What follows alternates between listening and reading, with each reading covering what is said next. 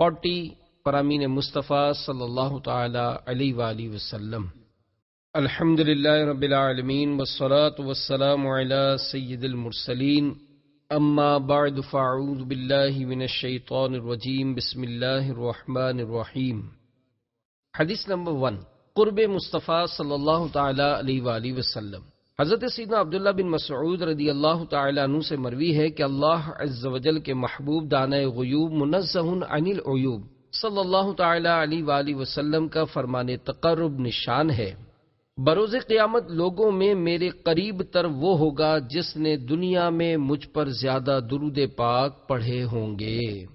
میٹھے میٹھے اسلامی بھائیوں، قیامت میں سب سے آرام میں وہ ہوگا جو رحمت عالم نور مجسم صلی اللہ تعالی علیہ وآلہ وسلم کے ساتھ رہے، اور حضور اکرم صلی اللہ تعالی علیہ وآلہ وسلم کی ہمراہی نصیب ہونے کا ذریعہ درود شریف کی کثرت ہے۔ اس سے معلوم ہوا کہ درود پاک بہترین نیکی ہے کہ تمام نیکیوں سے جنت ملتی ہے، اور اس یعنی درود پاک سے بزم جنت کے دولہا صلی اللہ تعالی علیہ وآلہ وسلم۔ دنیا میں درود شریف کی کثرت عقیدے کی مضبوطی، نیت کے خلوص، محبت کی سچائی اور عبادت کی ہمیشگی پر دلالت کرتی ہے، لہذا ہمیں بھی کثرت سے درود شریف پڑھنا چاہیے۔ کثرت درود شریف کی تعریف۔ میٹھے میٹھے اسلامی بھائیوں، چند بزرگوں کے اقوال پیش کیے جا رہے ہیں۔ آپ کسی بھی ایک بزرگ کے بتائے ہوئے عدد کو معمول بنا لیں گے تو انشاءاللہ عز و جل آپ کا شمار کثرت سے درود و سلام پڑھنے والوں میں ہو جائے گا، اور وہ تمام برکات و ثمرات حاصل ہو جائیں گے جن کا احادیث مبارکہ میں تذکرہ ہے۔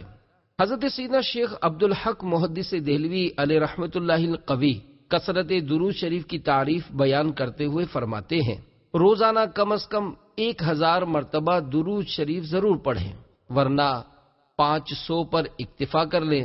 بعض بزرگوں نے روزانہ 300 اور بعض نے نماز فجر و عصر کے بعد 200 مرتبہ پڑھنے کو فرمایا ہے، اور کچھ سوتے وقت بھی پڑھنے کی عادت ڈالیں۔ آپ رحمت اللہ تعالی نے مزید فرماتے ہیں، روزانہ کم از کم 100 مرتبہ درود و سلام ضرور پڑھنا چاہیے۔ پھر مزید فرماتے ہیں، بعض درود شریف کے ایسے صیغے ہیں، مثلا صلی اللہ علیہ وسلم، جن کے پڑھنے سے 1000 کا عدد بآسانی جلد پورا ہو جاتا ہے، اسی کو وظیفہ بنا لیا جائے۔ اور ویسے بھی جو کثرت سے درود پاک پڑھنے کا عادی ہوتا ہے اس پر وہ آسان ہو جاتا ہے۔ غرض یہ کہ جو عاشق رسول ہوتا ہے اسے درود و سلام پڑھنے سے وہ لذت و شیرینی حاصل ہوتی ہے جو اس کی روح کو تقویت پہنچاتی ہے۔ مریض ہجر کو ہو جائے گی ابھی تسکین، ذرا مدینے کے دارالشفا کی بات کرو۔ حضرت علامہ محمد یوسف بن اسماعیل نبہانی علیہ رحمۃ اللہ الغنی اپنی کتاب افضل الصلوات علی سید السادات میں فرماتے ہیں کہ علامہ عبد الوہاب شعرانی علیہ رحمۃ اللہ الغنی نے کشف الغمہ میں بیان کیا ہے کہ بعض علماء کرام رحمۃ اللہ تعالی علیہم اجمعین فرماتے ہیں، سرکار مدینہ صلی اللہ علیہ وآلہ وسلم پر بکثرت درود شریف کی کم از کم تعداد ہر رات 700 بار اور ہر دن 700 بار ہے۔ مزید لکھتے ہیں، ایک بزرگ کا بیان ہے، کم از کم کثرت روزانہ 350 بار دن میں اور ہر شب میں 350 بار ہے۔ مزید فرماتے ہیں کہ حضرت امام شعرانی علیہ رحمۃ اللہ الغنی نے اپنی کتاب انوار القدسیہ میں فرمایا ہے، ہم سے رسول اللہ صلی اللہ علیہ وآلہ وسلم نے عہد لیا کہ ہم آپ صلی اللہ علیہ وآلہ وسلم پر ہر دن اور رات بکثرت درود و سلام پڑھا کریں گے، اور اپنے بھائیوں کے آگے اس کا اجر و ثواب بیان کیا دیں گے، اور حضرت صلی اللہ علیہ وآلہ وسلم سے اظہار محبت کے لیے انہیں پوری ترغیب دیں گے، اور یہ کہ ہم ہر دن اور رات اور صبح اور شام 1000 سے لے کر 10,000 تک درود و سلام کا ورد کریں گے۔ علامہ نبہانی علیہ رحمۃ اللہ الغنی مزید فرماتے ہیں، حضرت شیخ نور الدین شونی علیہ رحمۃ اللہ الغنی روزانہ 10,000 بار درود و سلام پڑھتے تھے، اور شیخ احمد زواوی علیہ رحمۃ اللہ الہادی روزانہ 40,000 بار درود شریف پڑھتے تھے۔ حضرت سیدنا شیخ عبدالحق محدث دہلوی علیہ رحمۃ اللہ القوی نے شیخ اجل عبد الوہاب متقی علیہ رحمۃ اللہ القوی سے درود پاک کی تعداد دریافت کی تو فرمایا کہ اس کی کوئی تعداد معین نہیں ہے، جتنا ہو سکے پڑھو، اسی سے رطب اللسان رہو، یعنی اپنی زبان تر رکھو اور اسی کے رنگ میں رنگ جاؤ۔ صلو علی الحبیب صلی اللہ تعالی علی محمد۔ کثرت درود کا انعام۔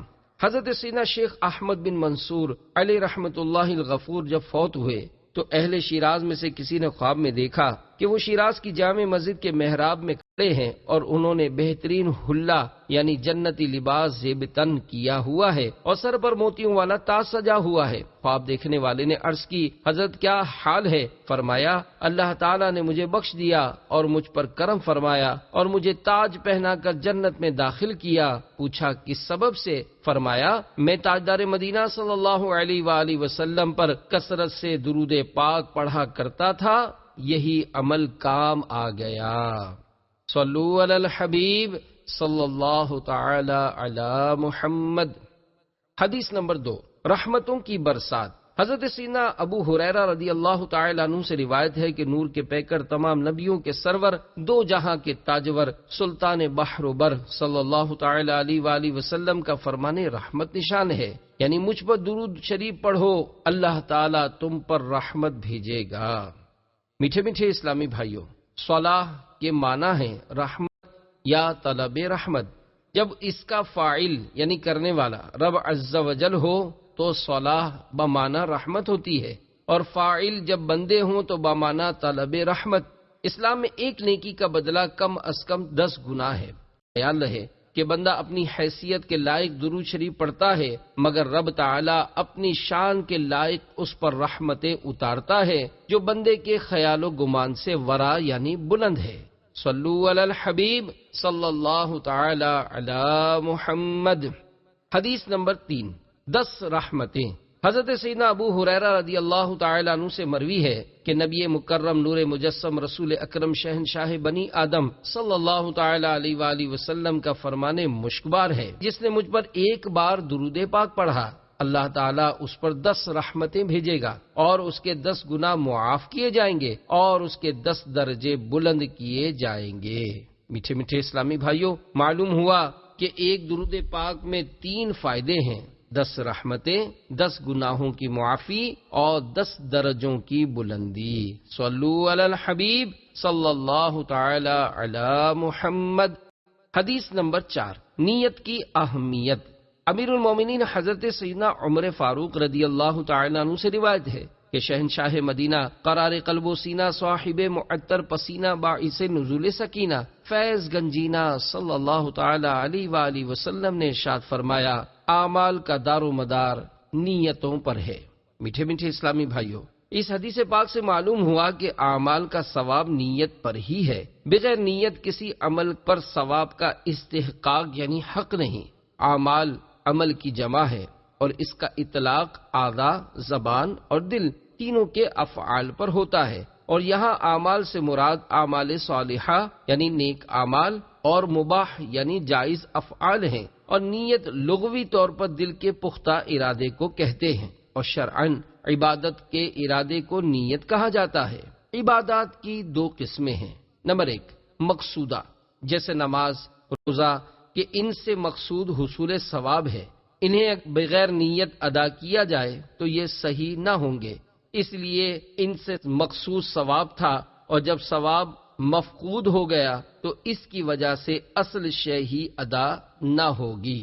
نمبر 2، غیر مقصودہ، وہ جو دوسری عبادتوں کے لیے ذریعہ ہوں، جیسے نماز کے لیے چلنا، وضو، غسل وغیرہ۔ ان عبادات غیر مقصودہ کو اگر کوئی نیت عبادت کے ساتھ کرے گا تو اسے ثواب ملے گا، اور اگر بلا نیت کرے گا تو ثواب نہیں ملے گا، مگر ان کا ذریعہ یا وسیلہ بننا اب بھی درست ہوگا اور ان سے نماز صحیح ہو جائے گی۔ میٹھے میٹھے اسلامی بھائیوں، ایک عمل میں جتنی نیتیں ہوں گی اتنی نیکیوں کا ثواب ملے گا۔ مثلا محتاج قرابت دار کی مدد کرنے میں اگر نیت فقط لوجہ اللہ یعنی اللہ عز و جل کے لیے دینے کی ہوگی تو ایک نیت کا ثواب پائے گا، اور اگر صلہ رحمی کی نیت بھی کرے گا تو دوہرا ثواب پائے گا۔ اسی طرح مسجد میں نماز کے لیے جانا بھی ایک عمل ہے، اس میں بہت سی نیتیں کی جا سکتی ہیں۔ امام اہل سنت الشاہ مولانا احمد رضا خان علیہ رحمت الرحمان نے فتاوی رضویہ جلد 5 صفحہ 673 میں اس کے لیے 40 نیتیں بیان کی اور فرمایا بے شک جو علم نیت جانتا ہے ایک ایک فعل کو اپنے لیے کئی کئی نیکیاں کر سکتا ہے، بلکہ مباح کاموں میں بھی اچھی نیت کرنے سے ثواب ملے گا۔ مثلا خوشبو لگانے میں اتباع سنت، تعظیم مسجد، فرحت دماغ اور اپنے اسلامی بھائیوں سے ناپسندیدہ بو دور کرنے کی نیت ہو تو ہر نیت کا الگ ثواب ہوگا۔ صلو علی الحبیب صلی اللہ تعالی علی محمد۔ خلوص نیت۔ حضرت سیدنا مالک بن دینار علیہ رحمۃ اللہ الغفار دمشق میں مقیم تھے اور حضرت سیدنا امیر معاویہ رضی اللہ تعالی عنہ کی تیار کردہ مسجد میں اعتکاف کیا کرتے تھے۔ ایک مرتبہ ان کے دل میں خیال آیا کہ کوئی ایسی صورت پیدا ہو جائے کہ مجھے اس مسجد کا متولی یعنی انتظام سنبھالنے والا بنا دیا جائے۔ چنانچہ آپ نے اعتکاف میں اضافہ کر دیا اور اتنی کثرت سے نمازیں پڑھیں کہ ہمہ وقت نماز میں مشغول دیکھے جاتے، لیکن کسی نے آپ کی طرف توجہ نہ کی۔ 1 سال اسی طرح گزر گیا۔ ایک مرتبہ آپ مسجد سے باہر آئے تو ندائے غیبی آئی، اے مالک تجھے اب توبہ کرنی چاہیے۔ یہ سن کر آپ کو 1 سال تک اپنی خود غرضانہ عبادت پر شدید رنج و شرمندگی ہوئی اور آپ اپنے قلب کو ریا سے خالص کر کے خلوص نیت کے ساتھ ساری رات عبادت میں مشغول رہے۔ صبح کے وقت مسجد کے دروازے پر لوگوں کا ایک مجمع موجود تھا اور لوگ آپس میں کہہ رہے تھے کہ مسجد کا انتظام ٹھیک نہیں ہے، لہذا اسی شخص کو متولی بنا دیا جائے اور تمام انتظامی امور اسی کے سپرد کر دیے جائیں۔ سارا مجمع اس بار پر متفق ہو کر آپ علیہ رحمت اللہ الغفار کے پاس پہنچا اور آپ کے نماز سے فارغ ہونے کے بعد انہوں نے آپ سے عرض کی کہ ہم باہمی طور پر کیے گئے متفقہ فیصلے سے آپ کو مسجد کا متولی بنانا چاہتے ہیں۔ آپ علیہ رحمت اللہ الغفار نے اللہ عز و جل کی بارگاہ میں عرض کی، اے اللہ میں 1 سال تک ریاکارانہ عبادت میں اس لیے مشغول رہا کہ مجھے مسجد کی تولیت حاصل ہو جائے، مگر ایسا نہ ہوا۔ اب جبکہ میں صدقے دل سے تیری عبادت میں مشغول ہوا تو تمام لوگ مجھے متولی بنانے آ پہنچے اور میرے اوپر یہ بار ڈالنا چاہتے ہیں، لیکن میں تیری عظمت کی قسم کھاتا ہوں کہ میں نہ تو اب تولیت قبول کروں گا اور نہ مسجد سے باہر نکلوں گا۔ یہ کہہ کر پھر عبادت میں مشغول ہو گئے۔ اچھی نیتوں سے متعلق رہنمائی کے لیے امیر اہل سنت کا سنتوں بھرا کیسٹ بیان نیت کا پھل یا ثواب بڑھانے کے نسخے، اس کا مطالعہ کرنا بڑا مفید رہے گا۔ مکتبۃ المدینہ کی شاخ سے طلب کیا جا سکتا ہے۔ صلو علی الحبیب صلی اللہ تعالی علی محمد۔ حدیث نمبر 5، نیت عمل سے بہتر ہے۔ حضرت سیدنا سہل بن سعد رضی اللہ تعالیٰ عنہ سے مروی ہے کہ حضور پاک صاحب لولاک سیاہ افلاک صلی اللہ علیہ وآلہ وسلم کا فرمان دلکشا ہے، مسلمان کی نیت اس کے عمل سے بہتر ہے۔ میٹھے میٹھے اسلامی بھائیوں، امیر المومنین حضرت سیدنا علی المرتضیٰ کرم اللہ تعالی وجہہ الکریم نے ارشاد فرمایا، بندے کو اچھی نیت پر وہ انعامات دیے جاتے ہیں جو اچھے عمل پر بھی نہیں دیے جاتے، کیونکہ نیت میں ریاکاری نہیں ہوتی۔ صلو علی الحبیب صلی اللہ تعالی علی محمد۔ نیت کا پھل۔ بنی اسرائیل کا ایک شخص قحط سالی میں ریت کے ایک ٹیلے کے پاس سے گزرا۔ اس نے دل میں سوچا کہ اگر یہ ریت غلہ ہوتی تو میں اسے لوگوں میں تقسیم کر دیتا۔ اس پر اللہ تعالیٰ نے ان کے نبی علیہ السلام کی طرف وحی بھیجی کہ اس سے فرمائیں کہ اللہ تعالیٰ نے تمہارا صدقہ قبول کر لیا، تیری اچھی نیت کے بدلے میں اس ٹیلے کے بقدر غلہ صدقہ کرنے کا ثواب دیا۔ صلو علی الحبیب صلی اللہ تعالی علی محمد۔ حدیث نمبر 6، حصول علم کی ترغیب۔ حضرت سیدنا انس رضی اللہ تعالیٰ عنہ سے مروی ہے کہ اللہ عز و جل کے محبوب دانۂ غیوب منزہ عن العیوب صلی اللہ تعالی علیہ وآلہ وسلم کا فرمان رہبر نشان ہے، علم حاصل کرو اگرچہ تمہیں چین جانا پڑے۔ میٹھے میٹھے اسلامی بھائیوں، اس حدیث پاک سے علم دین کی بے انتہا اہمیت ثابت ہوتی ہے کہ اس زمانے میں جبکہ ہوائی جہاز، ریل اور موٹر نہیں تھے، عرب سے ملک چین پہنچنا کتنا مشکل کام تھا، مگر رحمت عالم نور مجسم صلی اللہ تعالی علیہ وآلہ وسلم ارشاد فرما رہے ہیں کہ اگرچہ تم کو عرب سے ملک چین جانا پڑے لیکن علم دین ضرور حاصل کرو، اس سے غفلت ہرگز نہ برتو۔ صلو علی الحبیب صلی اللہ تعالی علی محمد۔ مدینہ المنورہ سے دمشق کا سفر۔ حضرت سیدنا کثیر بن قیس رضی اللہ تعالیٰ عنہ نے فرمایا کہ میں حضرت سیدنا ابو درداء رضی اللہ تعالیٰ عنہ کے ساتھ دمشق کی مسجد میں بیٹھا تھا تو ایک آدمی نے آ کر کہا، اے ابو درداء، بے شک میں تاجدار رسالت صلی اللہ علیہ وآلہ وسلم کے شہر مدینہ طیبہ سے یہ سن کر آیا ہوں کہ آپ کے پاس کوئی حدیث ہے جسے آپ رسول اللہ صلی اللہ علیہ وآلہ وسلم سے روایت کرتے ہیں، اور میں کسی دوسرے کام کے لیے نہیں آیا ہوں۔ حضرت ابو درداء رضی اللہ تعالی عنہ نے کہا کہ میں نے رسول کریم صلی اللہ تعالی علیہ وآلہ وسلم کو فرماتے ہوئے سنا ہے کہ جو شخص علم میں دین حاصل کرنے کے لیے سفر کرتا ہے تو خدا تعالیٰ اسے جنت کے راستوں میں سے ایک راستے پر چلاتا ہے، اور طالب علم کی رضا حاصل کرنے کے لیے فرشتے اپنے پروں کو بچھا دیتے ہیں، اور ہر وہ چیز جو آسمان و زمین میں ہے، یہاں تک کہ مچھلیاں پانی کے اندر عالم کے لیے دعائیں مغفرت کرتی ہیں، اور عالم کی فضیلت عابد پر ایسی ہے جیسی 14ویں رات کے چاند کی فضیلت ستاروں پر، اور علماء انبیاء کرام علیہم السلام کے وارث و جانشین ہیں۔ انبیاء کرام علیہم السلام کا ترکہ دینار و درہم نہیں ہے، انہوں نے وراثت میں صرف علم چھوڑا ہے، تو جس نے اسے حاصل کیا اس نے پورا حصہ پایا۔ صلو علی الحبیب صلی اللہ تعالی علی محمد۔ حدیث نمبر 7۔ بہترین شخص۔ حضرت سیدنا عثمان رضی اللہ تعالیٰ عنہ سے روایت ہے کہ شہنشاہ مدینہ، قرار قلب و سینہ، صاحب معطر پسینہ، باعث نزول سکینہ صلی اللہ تعالی علیہ وآلہ وسلم نے ارشاد فرمایا، تم میں بہترین شخص وہ ہے جس نے قرآن کو سیکھا اور دوسروں کو سکھایا۔ میٹھے میٹھے اسلامی بھائیوں، قرآن سیکھنے سکھانے میں بہت وسعت ہے۔ بچوں کو قرآن کی ہجے سکھانا، قاری صاحبان کا تجویز سیکھنا سکھانا، علماء کرام کا قرآنی احکام بذریعہ حدیث و فقہ سیکھنا سکھانا، صوفیاء کرام کا اسرار و رموز قرآن بسلسلہ طریقت سیکھنا سکھانا، سب قرآن ہی کی تعلیم ہے، صرف الفاظ قرآن کی تعلیم مراد نہیں۔ الحمدللہ عاشقان رسول کی مدنی تحریک دعوت اسلامی کے تحت قرآن پاک کی تعلیمات کو عام کرنے کے لیے اندرون و بیرون ملک حفظ و ناظرہ کے لاتعداد مدارس بنام مدرسۃ المدینہ قائم ہیں۔ پاکستان میں ہزاروں مدنی منع اور مدنی منیوں کو حفظ و ناظرہ کی مفت تعلیم دی جا رہی ہے۔ اسی طرح مختلف مساجد وغیرہ میں عموماً بعد نماز عشاء ہزارہا مدرسۃ المدینہ بالغان کی ترکیب ہوتی ہے، جن میں بڑی عمر کے اسلامی بھائی صحیح مخارج سے حروف کی درست ادائیگی کے ساتھ قرآن کریم سیکھتے اور دعائیں یاد کرتے ہیں،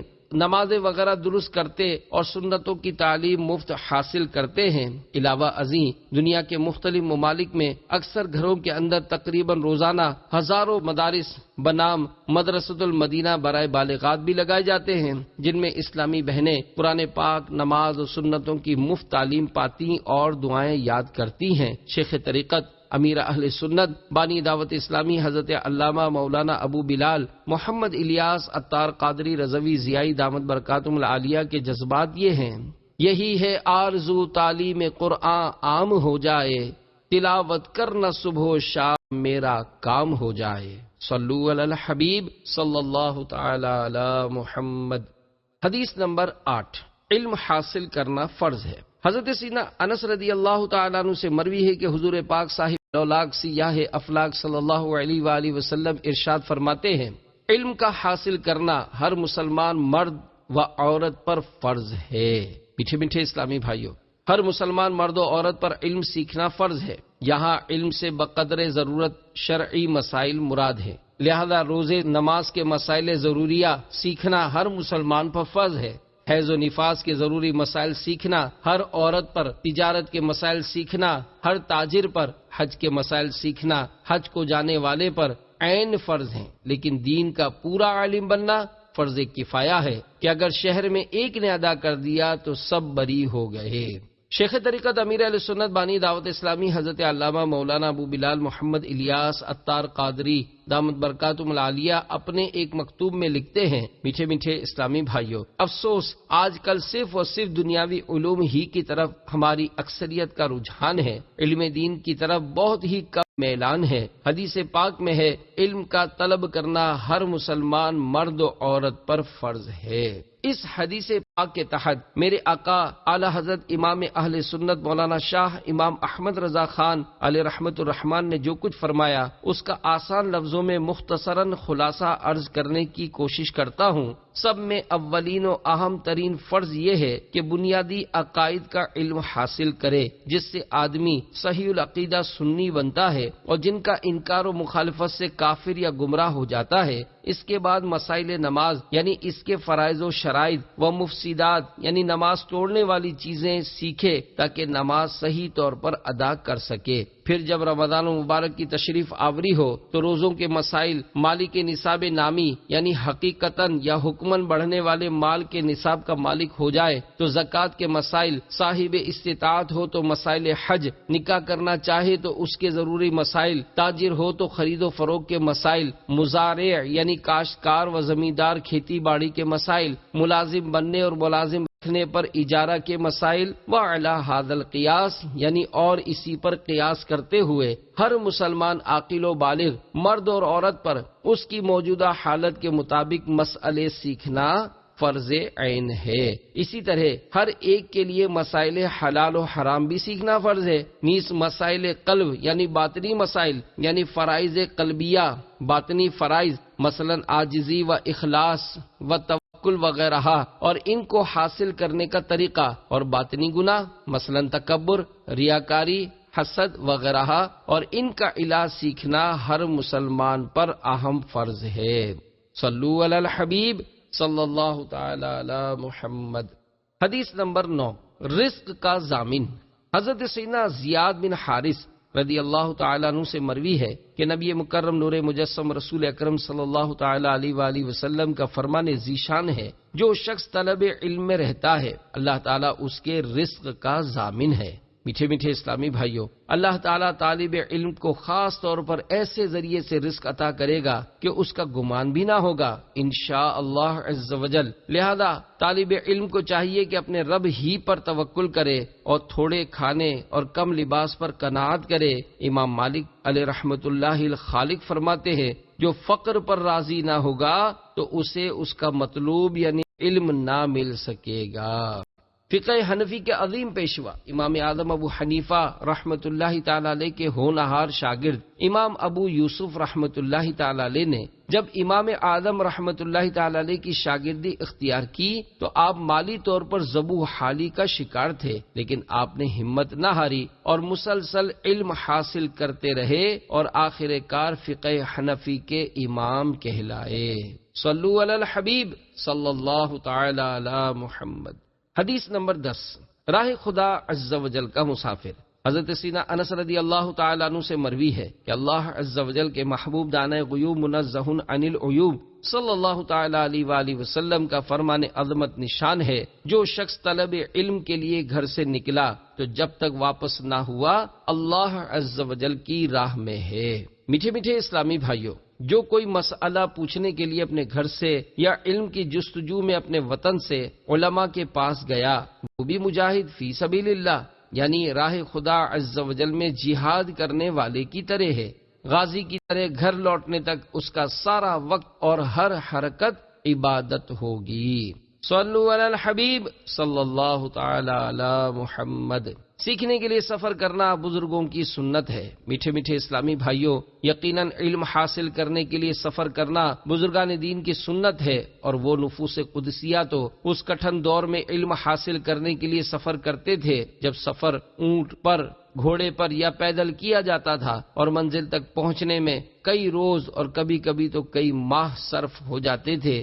جبکہ آج کل تو مہینوں کا سفر دنوں میں اور دنوں کا سفر گھنٹوں میں طے ہو جاتا ہے۔ اس دور میں اس قدر دشواریاں ہونے کے باوجود لوگوں میں جذبہ تھا کہ وہ راہ خدا عز و جل میں سفر کرتے تھے اور سنتوں کے راستے میں آنے والی ہر تکلیف کو خندہ پیشانی سے برداشت کر لیتے تھے۔ مگر افسوس، آج حالانکہ سفر کرنا نہایت ہی آسان ہو چکا ہے، پھر بھی اس آسانی سے فائدہ اٹھانے کے لیے کوئی تیار نہیں۔ ہاں، حصول دنیا کے لیے اس آسانی کا پورا فائدہ اٹھایا جاتا ہے۔ دولت کمانے کے لیے لوگ ہزاروں میلوں کا سفر طے کر کے نہ جانے کہاں پہنچ جاتے ہیں۔ مال کمانے کی غرض سے ماں باپ، بیوی بچوں سب سے فرقت اور جدائی گوارا کر لیتے ہیں، خوب کماتے ہیں، بینک بیلنس بڑھاتے ہیں، خوب خوش ہوتے ہیں، ہر وقت مال و دولت کے ڈھیر سہانے سپنے دیکھتے رہتے ہیں، دولت بڑھانے کی نئی ترکیبیں سوچتے رہتے ہیں، شب و روز مال ہی کے جال میں پھنسے رہتے ہیں۔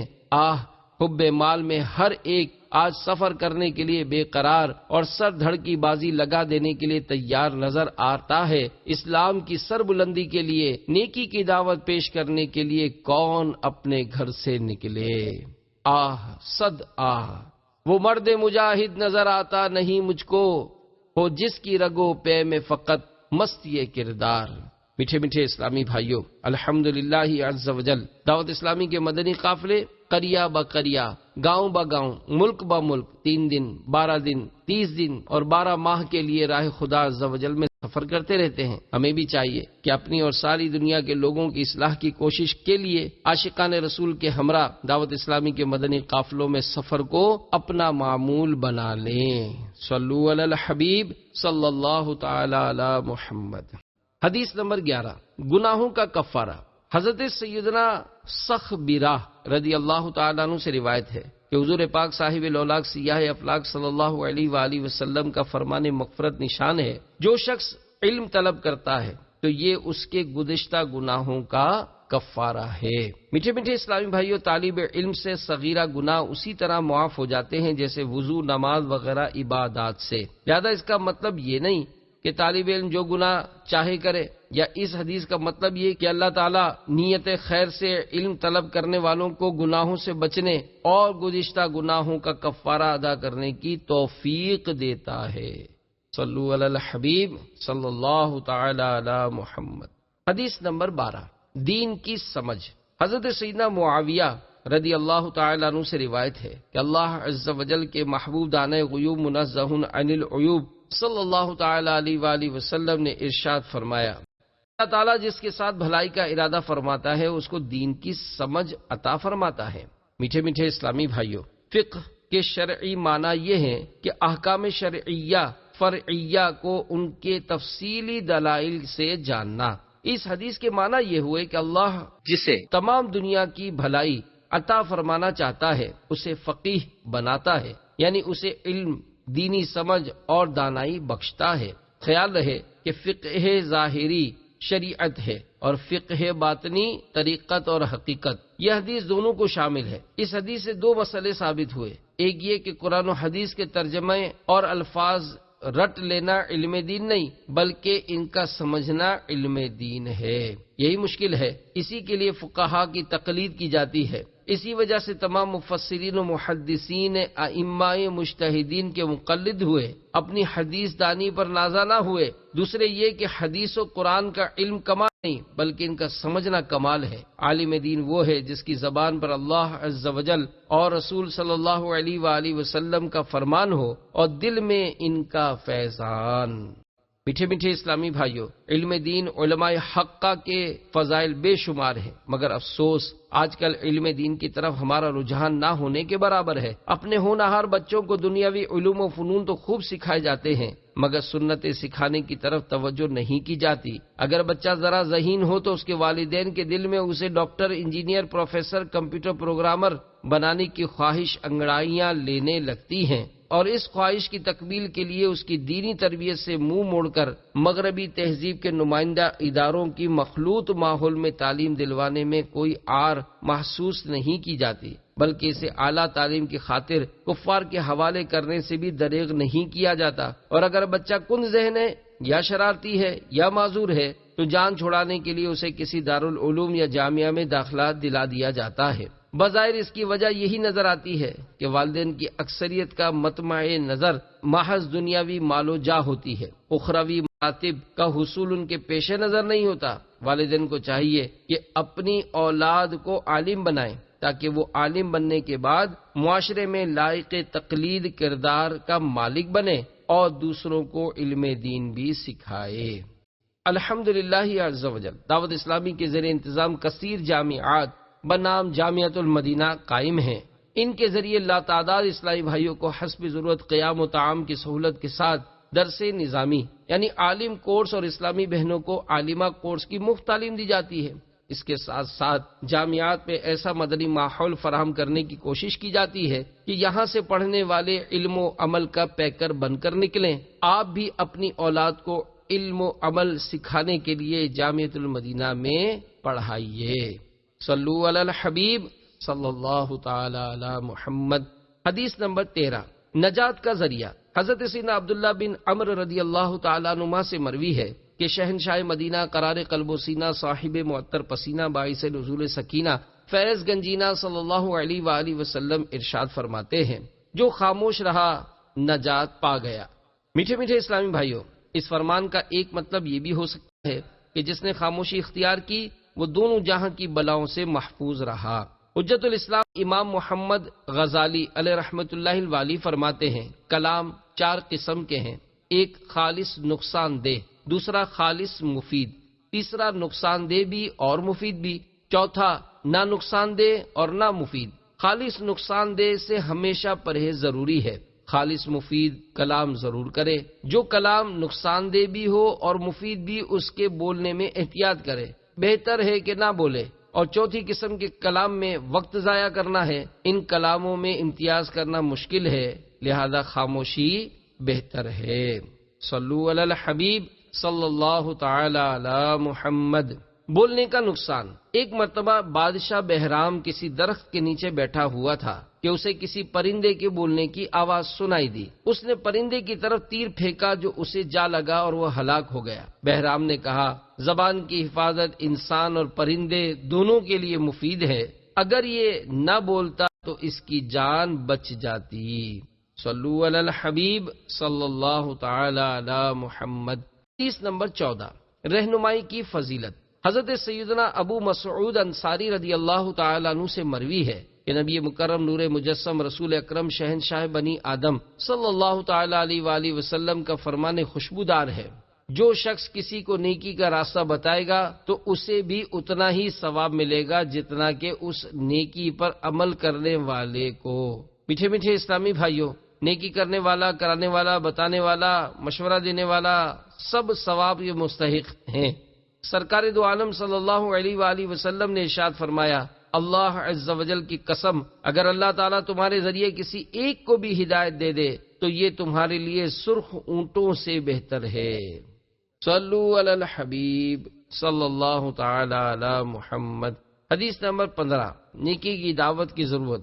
حضرت سیدنا عبداللہ بن عمرو رضی اللہ تعالی عنہما سے روایت ہے کہ شہنشاہ مدینہ قرار قلب و سینہ صلی اللہ تعالی علیہ وآلہ وسلم ارشاد فرماتے ہیں، میری طرف سے پہنچا دو اگرچہ ایک ہی آیت ہو۔ میٹھے میٹھے اسلامی بھائیوں، آیت کا معنی علامت اور نشانی کے ہیں۔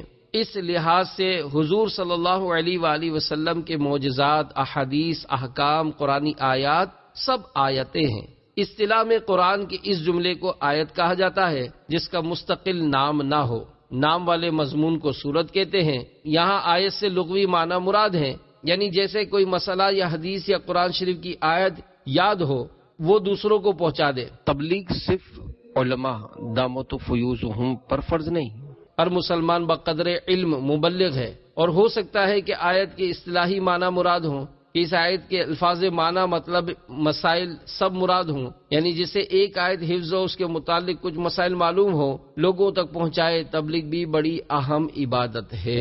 تو میٹھے میٹھے اسلامی بھائیوں، معلوم ہوا کہ ہم جو کچھ سنتیں وغیرہ جانتے ہیں اسے آسان طریقے سے دوسرے اسلامی بھائی تک پہنچانا چاہیے۔ ہاں، آیات مقدسہ کی تفسیر اور احادیث مبارکہ کی شرح عام اسلامی بھائی اپنی طرف سے نہیں کر سکتا، یہ مفسرین و محدثین کرام کا کام ہے۔ تاہم نیکی کی دعوت دینے والے مبلغ کے لیے یہ بات نہایت ہی ضروری ہے کہ وہ علم حاصل کرتا رہے، اور اس مصروفیت کے دور میں حصول علم کے آسان ذرائع میں سے ایک ذریعہ تبلیغ قرآن و سنت کی عالمگیر غیر سیاسی تحریک دعوت اسلامی کے سنتوں بھرے اجتماع میں شرکت بھی ہے۔ صلو علی الحبیب صلی اللہ تعالی علی محمد۔ حدیث نمبر 16، دعا کی اہمیت۔ حضرت سیدنا انس بن مالک رضی اللہ تعالی عنہ سے روایت ہے کہ سرکار والا تبار ہم بے کسوں کے مددگار شفیع روز شمار دو عالم کے مالک و مختار حبیب پروردگار صلی اللہ تعالی علیہ وآلہ وسلم نے ارشاد فرمایا، دعا عبادت کا مغز ہے۔ میٹھے میٹھے اسلامی بھائیوں، دعا عبادت کا رکن اعلیٰ ہے۔ دعا عبادت کا مغز اس اعتبار سے ہے کہ دعا مانگنے والا ہر ایک سے کنارہ کر کے اپنے رب عز و جل کی بارگاہ میں مناجات کرتا ہے۔ صلو علی الحبیب صلی اللہ تعالی علی محمد۔ حدیث نمبر 17، دعا بلا کو ٹال دیتی ہے۔ حضرت سیدنا ابو ہریرہ رضی اللہ تعالی عنہ سے مروی ہے، اللہ عز و جل کے محبوب دانائے غیوب منزہ عن العیوب صلی اللہ تعالی علیہ وآلہ وسلم ارشاد فرماتے ہیں، دعا بلا کو ٹال دیتی ہے۔ میٹھے میٹھے اسلامی بھائیوں، دعا کے دو فائدے ہیں، ایک یہ کہ اس کی برکت سے آئی بلا ٹل جاتی ہے، دوسرے یہ کہ آنے والی بلا رک جاتی ہے۔ لہذا فقط بلا آنے پر ہی دعا نہ کی جائے بلکہ ہر وقت دعا مانگنی چاہیے، شاید کوئی بلا آنے والی ہو جو اس دعا سے رک جائے۔ صلو علی الحبیب صلی اللہ تعالی علی محمد۔ غیبی مدد۔ دور نبوی میں ایک تاجر مدینہ پاک سے شام اور شام سے مدینۃ المنورہ مال لاتا اور لے جاتا تھا۔ ایک بار اچانک ایک ڈاکو گھوڑے پر سوار اس کی راہ میں حائل ہوا اور للکار کر تاجر پر جھپٹا۔ تاجر نے کہا، اگر تو مال کے لیے ایسا کر رہا ہے تو مال لے لے اور مجھے چھوڑ دے۔ ڈاکو کہنے لگا، مال تو میں لوں گا ہی، اس کے ساتھ ساتھ تیری جان بھی لوں گا۔ تاجر نے اسے بہت سمجھایا مگر وہ نہ مانا۔ بالآخر تاجر نے اس سے اتنی مہلت مانگی کہ وضو کر کے نماز پڑھے اور کچھ دعا کرے۔ ڈاکو اس پر راضی ہو گیا۔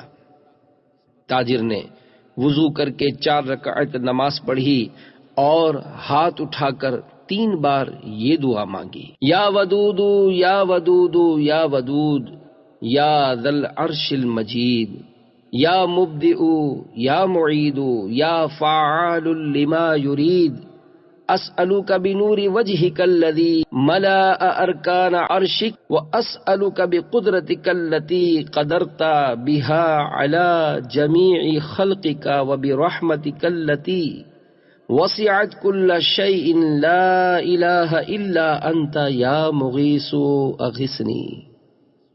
ترجمہ، اے محبت فرمانے والے، اے محبت فرمانے والے، اے محبت فرمانے والے، اے بزرگ عرش والے، اے پیدا کرنے والے، اے لوٹانے والے، اے اپنے ارادے کو پورا کرنے والے، میں تجھ سے سوال کرتا ہوں تیرے اس نور کے طفیل جس نے تیرے عرش کو بھر دیا، میں تجھ سے سوال کرتا ہوں تیری اس قدرت کے طفیل جس کے ساتھ تو اپنی تمام مخلوق پر قادر ہے، اور تیری اس رحمت کے طفیل جو ہر شے کو گھیرے ہوئے ہے، تیرے سوا کوئی معبود نہیں ہے، اے مدد فرمانے والے میری مدد فرما۔ جب وہ تاجر دعا سے فارغ ہوا تو دیکھا کہ ایک شخص سفید گھوڑے پر سوار، سبز کپڑوں میں ملبوس، ہاتھ میں نورانی تلوار لیے ہوئے موجود ہے۔ وہ ڈاکو اس سوار کی طرف بڑھا مگر قریب پہنچتے ہی اس کا ایک نیزہ کھا کر زمین پر آ رہا۔ وہ سوار تاجر کے پاس آیا اور کہا، تم اسے قتل کرو۔ تاجر نے پوچھا، آپ کون ہیں؟ میں نے اب تک کسی کو قتل نہیں کیا اور نہ اسے قتل کرنا میرے دل کو گوارا ہوگا۔ اس سوار نے پلٹ کر ڈاکو کو مار ڈالا اور تاجر کو بتایا کہ میں نے تیسرے آسمان کے دروازوں کی کھٹ پٹ سنی جس سے جان لیا کہ کوئی واقعہ ہوا ہے، اور جب تم نے دوبارہ دعا کی آسمان کے دروازے اس زور سے کھلے کہ ان سے چنگاریاں نکلنے لگیں۔ تمہاری سہ بارہ دعا سن کر حضرت جبریل علیہ السلام تشریف لائے اور انہوں نے آواز دی، کون ہے جو اس ستم رسیدہ کی مدد کو جائے؟ تو میں نے اپنے رب سے دعا کی، یا اللہ عز و جل اس کے قتل کا کام میرے ذمہ فرما۔ یہ بات یاد رکھو، جو مصیبت کے وقت تمہاری یہ دعا پڑھے گا، چاہے کیسا ہی حادثہ ہو، اللہ تعالی اسے اس مصیبت سے محفوظ رکھے گا اور اس کی داد رسی فرمائے گا۔ صلو علی الحبیب صلی اللہ تعالی علی محمد۔ حدیث نمبر 18، دھوکہ دینے کا نقصان۔ حضرت سیدنا ابو ہریرہ رضی اللہ تعالی عنہ سے مروی ہے، نبی مکرم نور مجسم رسول اکرم شہنشاہ بنی آدم صلی اللہ تعالی علیہ وآلہ وسلم کا فرمان عبرت نشان ہے، جو دھوکہ دہی کرے وہ ہم میں سے نہیں ہے۔ میٹھے میٹھے اسلامی بھائیوں، اس حدیث سے معلوم ہوا کہ تجارتی چیز میں عیب پیدا کرنا بھی جرم ہے اور قدرتی پیدا شدہ عیب کو چھپانا بھی جرم۔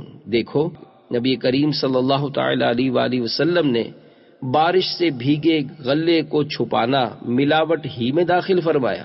حضرت سیدنا ابو ہریرہ رضی اللہ تعالی عنہ سے روایت ہے کہ تاجدار رسالت، شہنشاہ نبوت، مخزن جود و سخاوت، پیکر عظمت و شرافت، محسن انسانیت صلی اللہ علیہ وآلہ وسلم غلے کے ایک ڈھیر پر گزرے تو اپنا ہاتھ شریف اس میں ڈال دیا۔ آپ صلی اللہ علیہ وآلہ وسلم کی انگلیوں نے اس میں تری پائی تو فرمایا، اے غلے والے، یہ کیا؟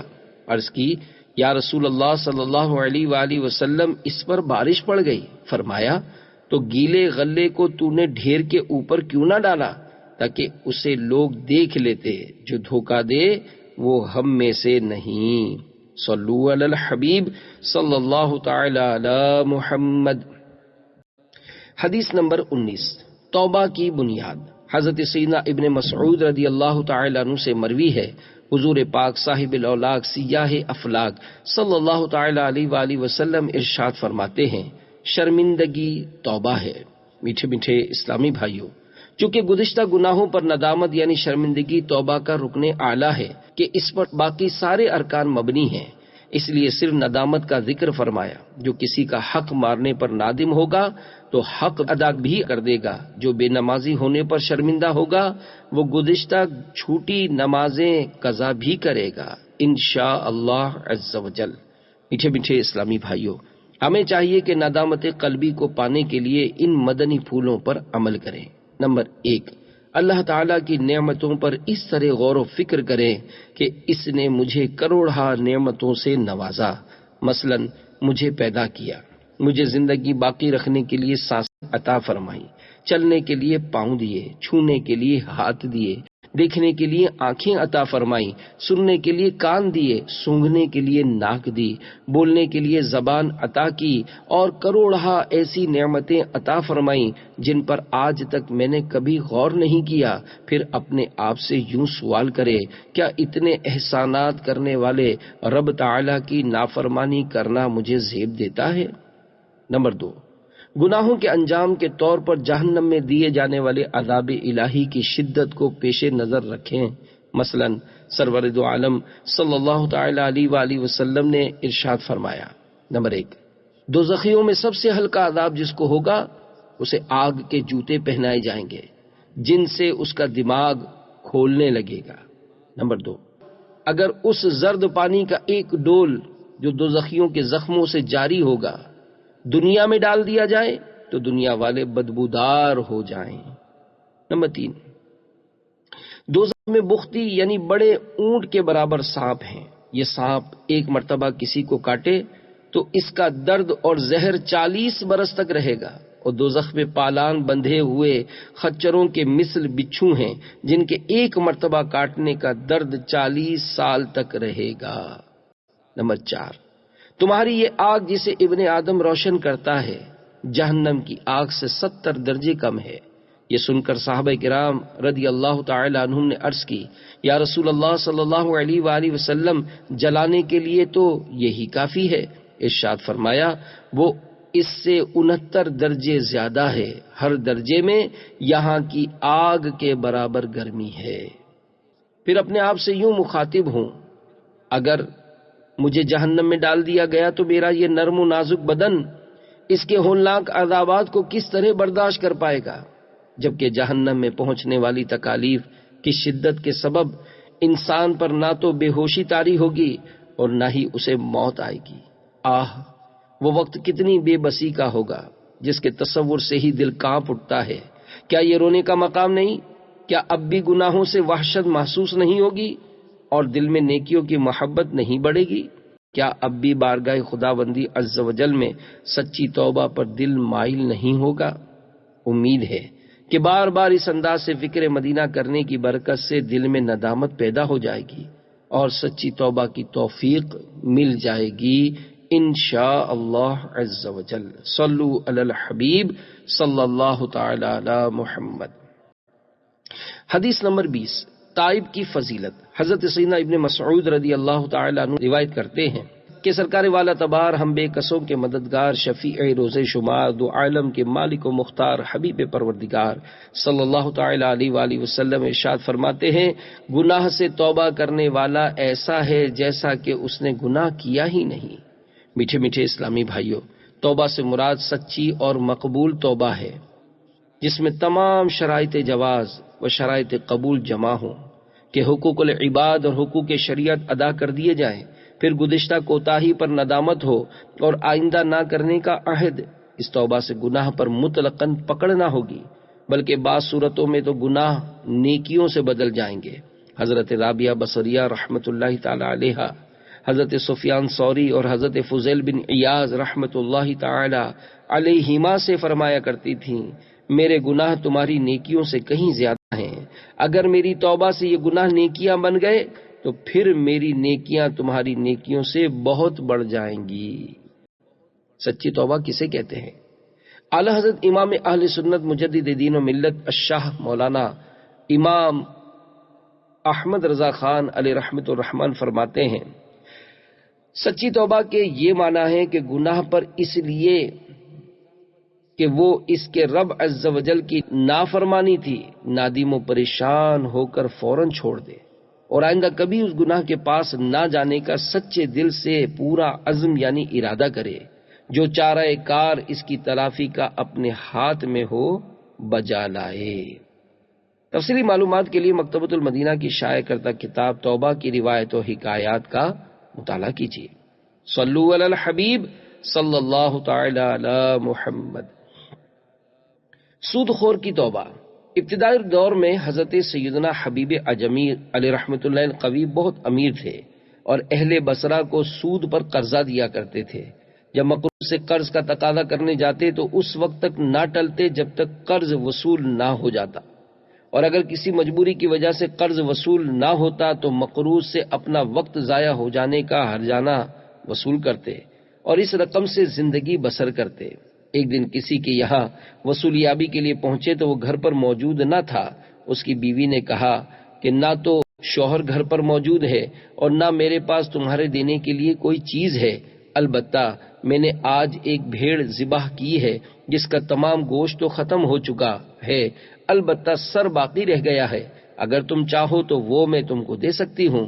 چنانچہ آپ اس سے سر لے کر گھر پہنچے اور بیوی سے کہا کہ یہ سر سود میں ملا ہے، اسے پکا ڈالو۔ بیوی نے کہا گھر میں نہ لکڑی ہے اور نہ آٹا، بھلا میں کھانا کس طرح تیار کروں؟ آپ نے کہا ان دونوں چیزوں کا بھی انتظام مقروض لوگوں سے سود لے کر کرتا ہوں اور سود ہی سے یہ دونوں چیزیں خرید کر لائے۔ جب کھانا تیار ہو چکا تو ایک سائل نے آ کر سوال کیا۔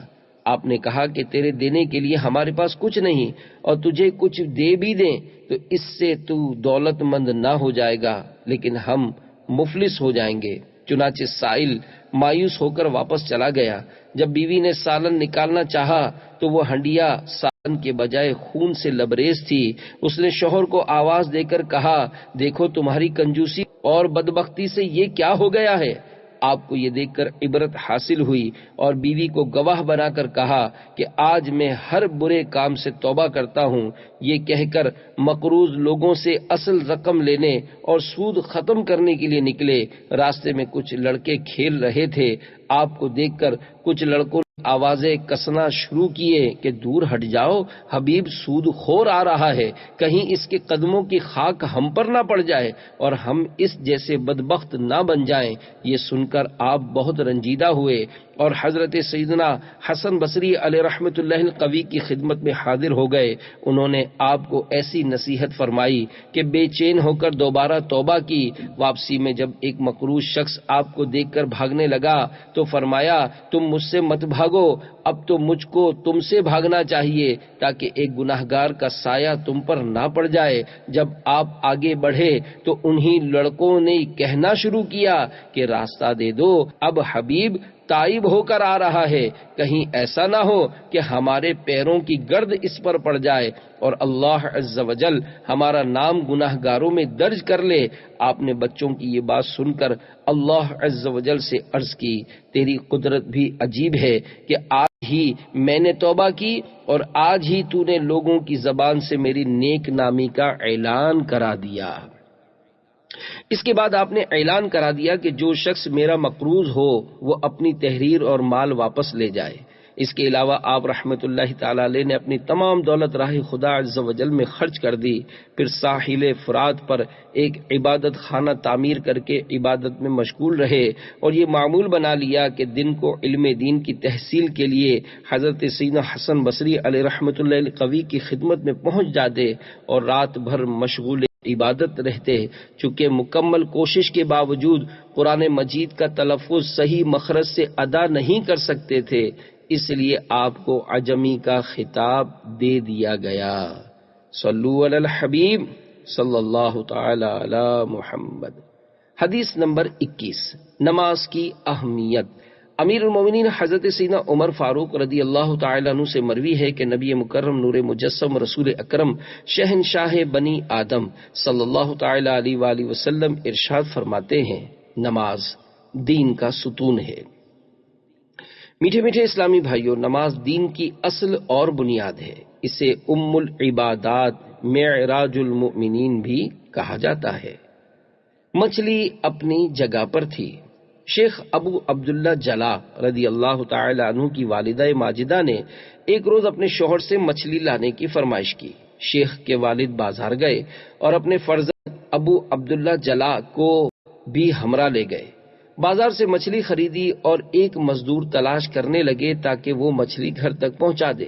ایک لڑکا ملا اور اس نے مچھلی سر پر اٹھا لی اور ساتھ چلا۔ راستے میں مؤذن کی اذان سنائی دی۔ اس مزدور لڑکے نے کہا، نماز کے لیے مجھے طہارت کی حاجت ہے اور اذان ہو رہی ہے، اگر آپ راضی ہوں تو میرا انتظار کر لیں ورنہ اپنی مچھلی لے کر جائیں۔ اتنا کہہ کر اس نے مچھلی وہیں چھوڑی اور مسجد چلا گیا۔ شیخ کے والد نے کہا، اس لڑکے کا اللہ تعالی پر توکل ہے، ہمیں بدرجہ اولا توکل کرنا چاہیے۔ چنانچہ مچھلی وہیں چھوڑ کر ہم لوگ نماز پڑھنے چلے گئے۔ ہم لوگ نماز پڑھ کر نکلے تو مچھلی اپنی جگہ تھی، لڑکے نے اٹھائی اور ہم لوگ گھر پہنچے۔ صلو علی الحبیب صلی اللہ تعالی علی محمد۔ حدیث نمبر 22، روزہ اقدس کی حاضری۔ حضرت سیدنا ابن عمر رضی اللہ تعالیٰ عنہما سے مروی ہے کہ سرکار والا تبار ہم بے کسوں کے مددگار، شفیع روز شمار، دو عالم کے مالک و مختار، حبیب پروردگار صلی اللہ تعالیٰ علیہ وآلہ وسلم ارشاد فرماتے ہیں، جس نے میری قبر کی زیارت کی اس کے لیے میری شفاعت لازم ہو گئی۔ میٹھے میٹھے اسلامی بھائیوں، اللہ تعالیٰ قرآن پاک میں ارشاد فرماتا ہے، وَلَوْ أَنَّهُمْ إِذْ ظَلَمُوا أَنفُسَهُمْ جَاءُوكَ فَاسْتَغْفَرُوا اللَّهَ وَاسْتَغْفَرَ لَهُمُ الرَّسُولُ لَوَجَدُوا اللَّهَ تَوَّابًا رَحِيمًا۔ ترجمہ کنز الایمان۔ اور اگر جب وہ اپنی جانوں پر ظلم کریں تو اے محبوب تمہارے حضور حاضر ہوں اور پھر اللہ سے معافی چاہیں اور رسول ان کی شفاعت فرمائیں تو ضرور اللہ کو بہت توبہ قبول کرنے والا مہربان پائیں۔ صدر الافاضل حضرت مولانا سید محمد نعیم الدین مراد آبادی علیہ رحمت اللہ الہادی اس آیت کے تحت تفسیر خزائن العرفان میں لکھتے ہیں، اس سے معلوم ہوا کہ بارگاہ الہی میں رسول اللہ صلی اللہ علیہ وآلہ وسلم کا وسیلہ اور آپ کی شفاعت کار برآری یعنی کام بن جانے کا ذریعہ ہے۔ سید عالم صلی اللہ علیہ وآلہ وسلم کی وفات شریف کے بعد ایک اعرابی یعنی دیہاتی شخص روضہ اقدس پر حاضر ہوا اور روضہ شریفہ کی خاک پاک اپنے سر پر ڈالی اور عرض کرنے لگا، یا رسول اللہ صلی اللہ علیہ وآلہ وسلم، جو آپ نے فرمایا ہم نے سنا، اور جو آپ پر نازل ہوا اس میں یہ آیت بھی ہے، وَلَوْ أَنَّهُمْ إِذْ ظَلَمُوا، میں نے بے شک اپنی جان پر ظلم کیا اور میں آپ کے حضور میں اللہ سے اپنے گناہوں کی بخشش چاہنے حاضر ہوا تو میرے رب سے میرے گناہ کی بخشش کرائیے۔ اس پر قبر شریف سے ندا آئی کہ تیری بخشش کی گئی۔ صلو علی الحبیب صلی اللہ تعالی علی محمد۔ حدیث نمبر 23، عذاب قبر۔ حضرت سیدتنا عائشہ رضی اللہ تعالی عنہا سے روایت ہے، حضور پاک صاحب لولاک سیاہ افلاک صلی اللہ تعالی علیہ وآلہ وسلم ارشاد فرماتے ہیں، قبر کا عذاب حق ہے۔ میٹھے میٹھے اسلامی بھائیوں، عذاب قبر کے متعلق چند مسائل یاد رکھنے چاہیے۔ نمبر 1، یہاں قبر سے مراد عالم برزخ ہے، جس کی ابتدا ہر شخص کی موت سے ہے، انتہا قیامت پر۔ عرفی قبر مراد نہیں، لہذا جو مردہ دفن نہ ہوا بلکہ جلا دیا گیا یا ڈبو دیا گیا یا اسے شیر کھا گیا، اسے بھی قبر کا حساب و عذاب ہے۔ نمبر 2، حساب قبر اور ہے، عذاب قبر کچھ اور۔ بعض لوگ حساب قبر میں کامیاب ہوں گے مگر بعض گناہوں کی وجہ سے عذاب میں مبتلا، جیسے چغل خور اور گندا یعنی پیشاب کی چھینٹوں سے نہ بچنے والا۔ نمبر 3، کافر کو عذاب قبر دائمی ہوگا، گناہگار مومن کو عارضی۔ نمبر 4، عذاب قبر روح کو ہے، جسم اس کے تابع، مگر حشر کے بعد والا عذاب و ثواب روح و جسم دونوں کو ہوگا۔ صلو علی الحبیب صلی اللہ تعالی علی محمد۔ قبر میں آگ بھڑک اٹھی۔ حضرت سیدنا عمر بن شراحبیل رضی اللہ تعالیٰ عنہ فرماتے ہیں کہ ایک ایسا شخص انتقال کر گیا جس کو لوگ متقی سمجھتے تھے۔ جب اسے دفن کر دیا گیا تو اس کی قبر میں عذاب کے فرشتے آ پہنچے اور کہنے لگے، ہم تجھ کو اللہ عز و جل کے عذاب کے 100 کوڑے ماریں گے۔ اس نے خوفزدہ ہو کر کہا کہ مجھے کیوں مارو گے، میں تو پرہیزگار آدمی تھا۔ تو انہوں نے کہا، اچھا چلو 50 ہی مارتے ہیں۔ مگر وہ برابر بحث کرتا رہا حتیٰ کہ فرشتے ایک پر آ گئے اور انہوں نے ایک کوڑا مار ہی دیا، جس سے تمام قبر میں آگ بھڑک اٹھی اور وہ شخص جل کر خاکستر یعنی راکھ ہو گیا۔ پھر اس کو زندہ کیا گیا تو اس نے درد سے تل ملاتے اور روتے ہوئے فریاد کی، آخر مجھے یہ کوڑا کیوں مارا گیا؟ تو انہوں نے جواب دیا، ایک روز تو نے بے وضو نماز پڑھ لی تھی اور ایک روز ایک مظلوم تیرے پاس فریاد لے کر آیا مگر تو نے فریاد رسید نہ کی۔ میٹھے میٹھے اسلامی بھائیوں، دیکھا آپ نے، اللہ عز و جل ناراض ہوا تو اس نے نیک اور پرہیزگار شخص کی بھی گرفت فرمائی اور وہ عذاب قبر میں گر گیا۔ اللہ عز و جل ہمارے حال زار پر رحم فرمائے اور ہماری بے حساب مغفرت فرمائے، آمین بجاہ النبی الامین صلی اللہ تعالی علیہ وآلہ وسلم۔ صلو علی الحبیب صلی اللہ تعالی علی محمد۔ حدیث نمبر 12، قید خانہ۔ حضرت سیدنا ابو ہریرہ رضی اللہ تعالی عنہ سے مروی ہے کہ اللہ عز و جل کے محبوب دانہ غیوب منزہ عن العیوب صلی اللہ تعالی علیہ وآلہ وسلم ارشاد فرماتے ہیں، دنیا مومن کے لیے قید خانہ ہے اور کافر کے لیے جنت۔ میٹھے میٹھے اسلامی بھائیوں، یعنی مومن دنیا میں کتنا ہی آرام میں ہو مگر اس کے لیے آخرت کی نعمتوں کے مقابلے میں دنیا جیل خانہ ہے، جس میں وہ دل نہیں لگاتا۔ جیل اگرچہ ایک الاس ہو پھر بھی جیل ہے، اور کافر خواہ کتنی ہی تکلیف میں ہو مگر آخرت کے عذاب کے مقابل اس کے لیے دنیا باغ اور جنت ہے، وہ یہاں دل لگا کر رہتا ہے۔ لہذا حدیث شریف پر یہ اعتراض نہیں کہ بعض مومن دنیا میں آرام سے رہتے ہیں اور بعض کافر تکلیف میں۔ صلو علی الحبیب صلی اللہ تعالی علی محمد۔ دنیا قید خانہ ہے۔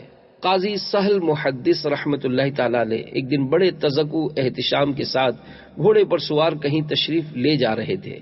اچانک ایک حمام سلگانے والا دھوئیں اور غبار کی کثافت سے میلا کچیلا یہودی حضرت سہل رحمت اللہ تعالی علیہ کے سامنے آ کر کھڑا ہو گیا اور کہنے لگا، قاضی صاحب، مجھے اپنے نبی صلی اللہ علیہ وآلہ وسلم کے اس فرمان کا مطلب سمجھا دیجئے کہ دنیا مومن کے لیے قید خانہ ہے اور کافر کے لیے جنت ہے، کیونکہ آپ مومن ہو کر اس عیش و آرام و کر و فر کے ساتھ رہتے ہیں اور میں کافر ہو کر اتنا خستہ حال اور آلام و مصائب میں گرفتار ہوں۔ قاضی سہل رحمت اللہ تعالی علیہ نے برجستہ جواب دیا، آرام و آسائش کے باوجود یہ دنیا میرے لیے جنت کی عظیم نعمتوں کے مقابلے میں قید خانہ ہے، جبکہ تمام تر تکالیف کے باوجود یہ دنیا تمہارے لیے دوزخ کے ہولناک عذاب کے مقابلے میں جنت ہے۔ صلو علی الحبیب صلی اللہ تعالی علی محمد۔ حدیث نمبر 25، مسکین کا حج۔ حضرت سیدنا ابن عباس رضی اللہ تعالی عنہ سے مروی ہے کہ نبی مکرم نور مجسم رسول اکرم شہنشاہ بنی آدم صلی اللہ تعالی علیہ وآلہ وسلم ارشاد فرماتے ہیں، جمعہ کی نماز مساکین کا حج ہے۔ میٹھے میٹھے اسلامی بھائیوں، مساکین مسکین کی جمع ہے۔ جو شخص حج کے لیے جانے سے عاجز ہو، اس کا جمعہ کے دن مسجد کی طرف جانا اس کے لیے حج کی مانند ہے۔ صلو علی الحبیب صلی اللہ تعالی علی محمد۔ حج کی قربانی۔ حضرت سیدنا ربیع بن سلیمان علیہ رحمت اللہ المنان اپنا ایک ایمان افروز واقعہ بیان فرماتے ہیں کہ میں ایک مرتبہ کچھ لوگوں کے ساتھ حج پر جا رہا تھا، میرا بھائی بھی میرے ساتھ تھا۔ جب ہم کوفہ پہنچے تو میں ضروریات سفر خریدنے کے لیے بازار کی طرف چلا گیا۔ وہاں میں نے ایک ویران سی جگہ میں دیکھا کہ ایک خچر مرا پڑا ہے اور بہت پرانے اور بوسیدہ کپڑے پہنے ہوئے ایک عورت چاقو سے اس کا گوشت کاٹ کاٹ کر تھیلے میں رکھ رہی ہے۔ میں نے سوچا کہ ہو سکتا ہے کہ یہ عورت کوئی بھٹیارن ہو اور یہی مردار کا گوشت پکا کر لوگوں کو کھلا دے، چنانچہ مجھے اس کی تحقیق ضرور کرنی چاہیے۔ پس میں چپکے چپکے اس کے پیچھے ہو لیا۔ چلتے چلتے وہ ایک مکان کے دروازے پر پہنچی۔ اس نے دروازہ بجایا تو اندر سے پوچھا گیا، کون؟ تو جواب دیا، کھولو، میں ہی بدحال ہوں۔ دروازہ کھلا تو میں نے دیکھا کہ 4 بچیاں ہیں جن کے چہروں سے بدحالی اور مصیبت ٹپک رہی ہے۔ وہ عورت اندر داخل ہو گئی اور دروازہ بند ہو گیا۔ میں جلدی سے دروازے کے قریب گیا اور اس کے سوراخوں سے اندر جھانکنے لگا۔ میں نے دیکھا کہ اندر سے وہ گھر بالکل خالی اور برباد ہے۔ اس عورت نے وہ تھیلا ان لڑکیوں کے سامنے رکھ دیا اور روتے ہوئے کہنے لگی، لو اس کو پکا لو اور اللہ تعالیٰ کا شکر ادا کرو۔ وہ لڑکیاں اس گوشت کو کاٹ کاٹ کر لکڑیوں پر بھوننے لگی۔ میرے دل کو اس سے بہت ٹھیس پہنچی اور میں نے باہر سے آواز دی کہ اے اللہ کی بندی، خدا تعالیٰ کے واسطے اس کو نہ کھا۔ وہ پوچھنے لگی، تم کون ہو؟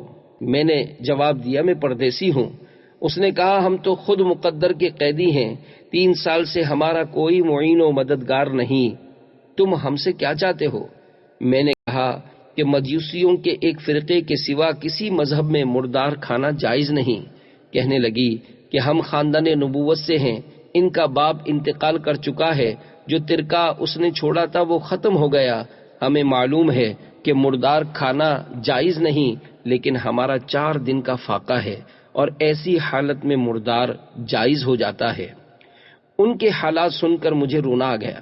میں انہیں انتظار کرنے کا کہہ کر واپس ہوا اور اپنے بھائی سے کہنے لگا کہ میرا ارادہ حج کا نہیں رہا۔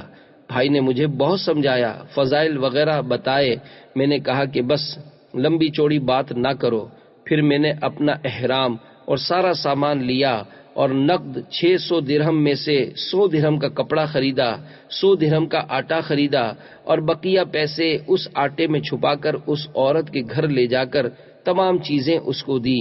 وہ اللہ تعالیٰ کا شکر ادا کرنے لگی اور کہنے لگی، اے ابن سلمان، جا، اللہ تعالیٰ تیرے اگلے پچھلے سب گناہ معاف فرمائے اور تجھے حج کا ثواب عطا فرمائے اور جنت میں تجھے جگہ عطا فرمائے اور دنیا ہی میں تجھے ایسا بدل عطا فرمائے جو دنیا میں تجھ پر ظاہر ہو جائے۔ سب سے بڑی لڑکی نے کہا، اللہ تعالیٰ آپ کو اس کا دگنا اجر عطا فرمائے اور آپ کے گناہ بخش دے۔ دوسری لڑکی نے کہا، آپ کو اللہ تعالیٰ اس سے زیادہ عطا فرمائے جتنا آپ نے ہمیں دیا۔ تیسری نے کہا کہ اللہ تعالی ہمارے نانا جان صلی اللہ علیہ وآلہ وسلم کے ساتھ آپ کا حشر کرے۔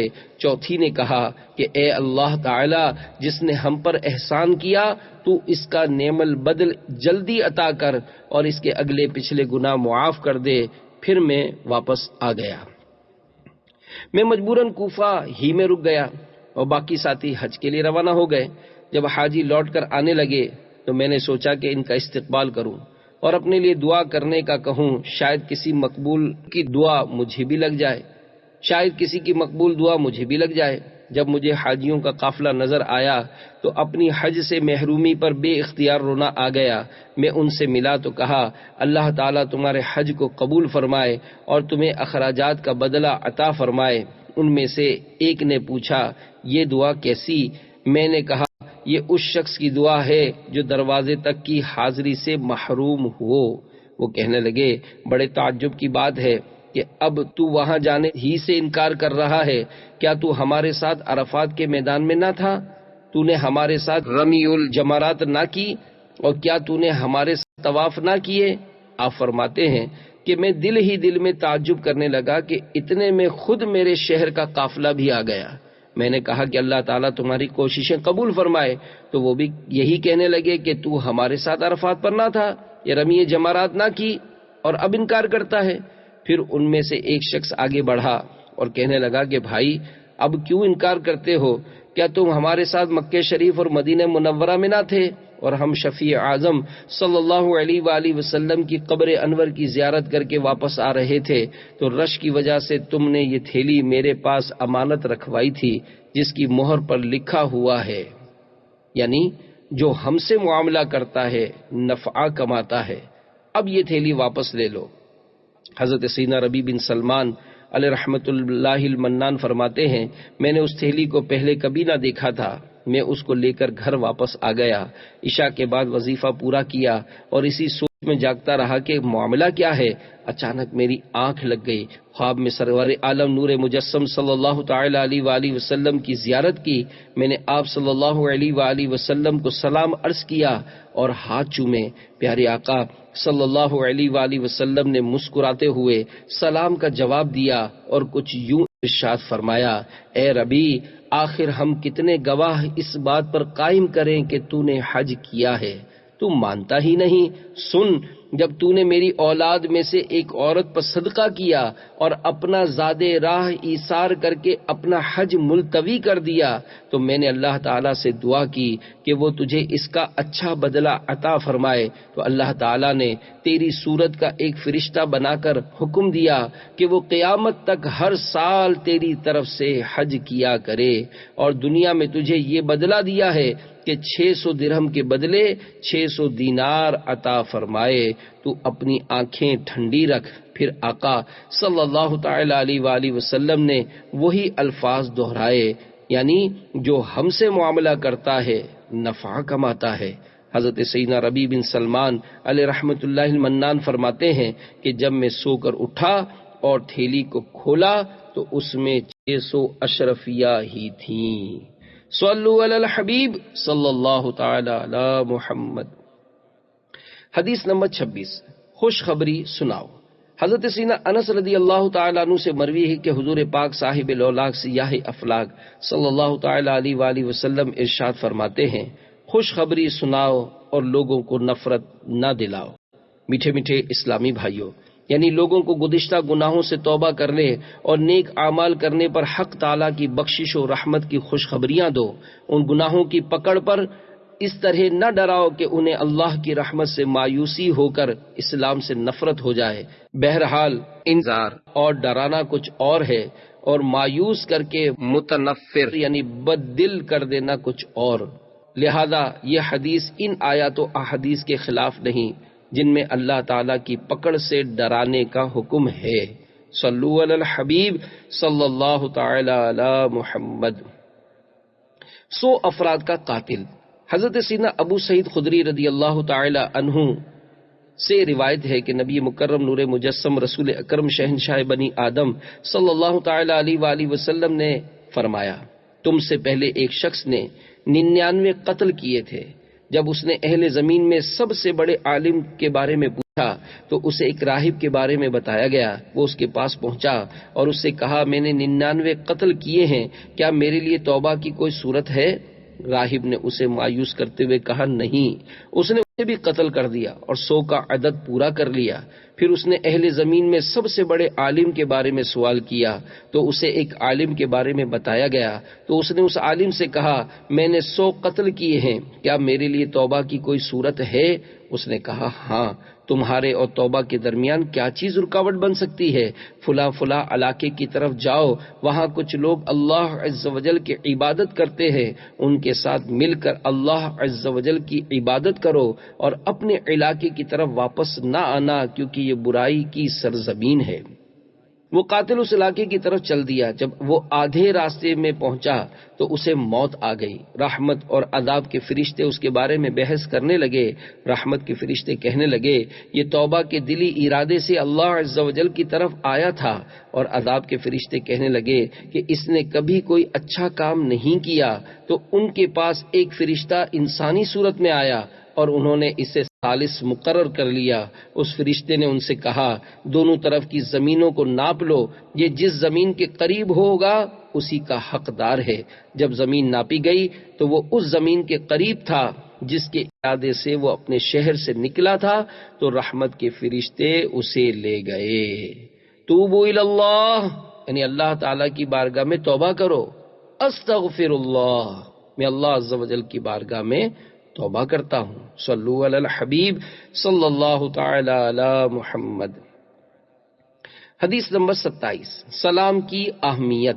حضرت سیدنا جابر رضی اللہ تعالیٰ عنہ روایت کرتے ہیں کہ اللہ عز و جل کے محبوب دانہ غیوب منزہ عن العیوب صلی اللہ تعالی علیہ وآلہ وسلم ارشاد فرماتے ہیں سلام گفتگو سے پہلے ہے. میٹھے میٹھے اسلامی بھائیوں، سلام 3 قسم کے ہیں. سلام اذن، یہ گھر میں داخل ہونے سے پہلے اجازت داخلہ حاصل کرنے کے لیے ہے.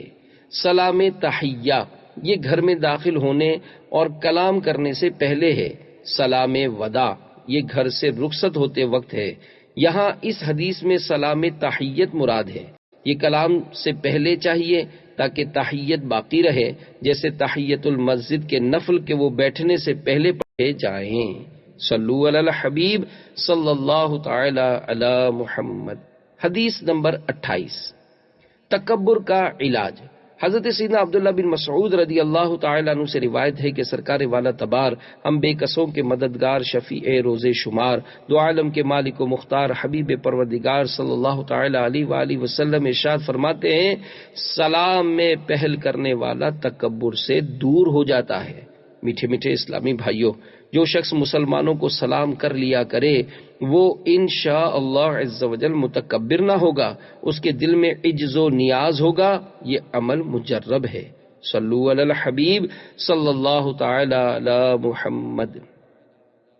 اعلی حضرت علیہ رحمت رب العزت کی عادت مبارکہ.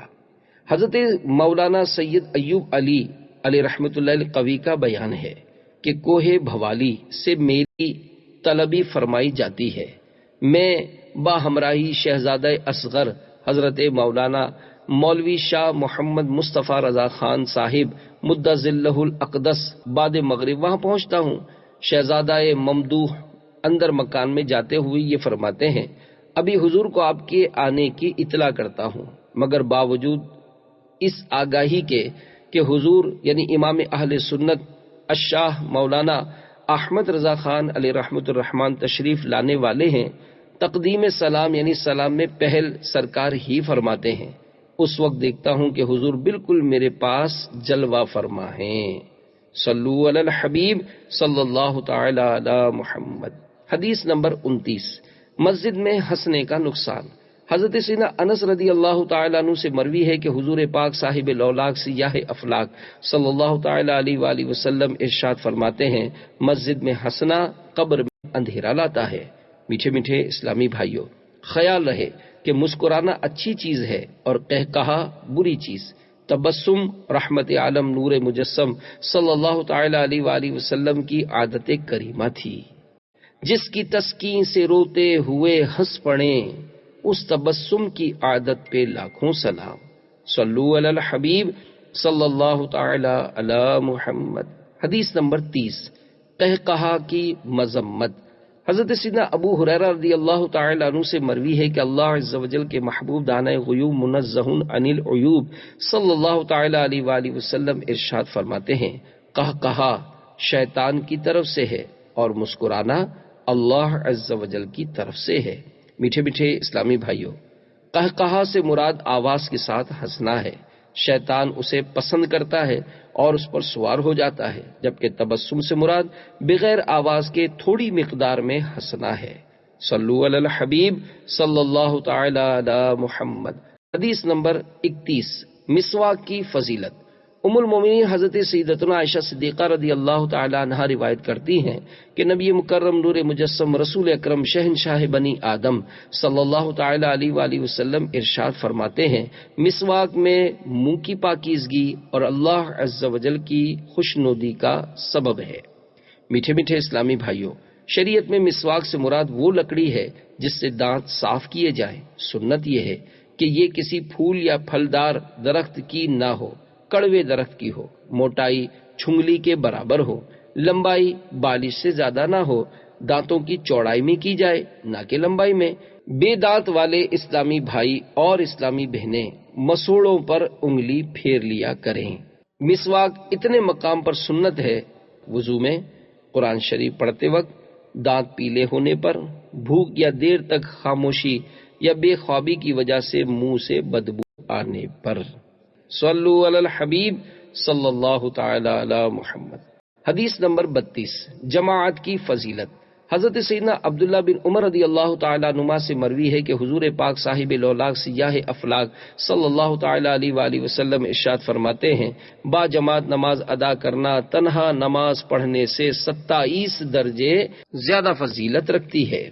میٹھے میٹھے اسلامی بھائیوں، عام روایت میں یہی ہے کہ نماز با جماعت بنسبت تنہا کے 25 درجے زائد ہے، مگر بعض روایتوں میں 27 درجے بھی آیا ہے، بلکہ ایک روایت میں 36 درجے بھی وارد ہے، بعض میں 50 بھی۔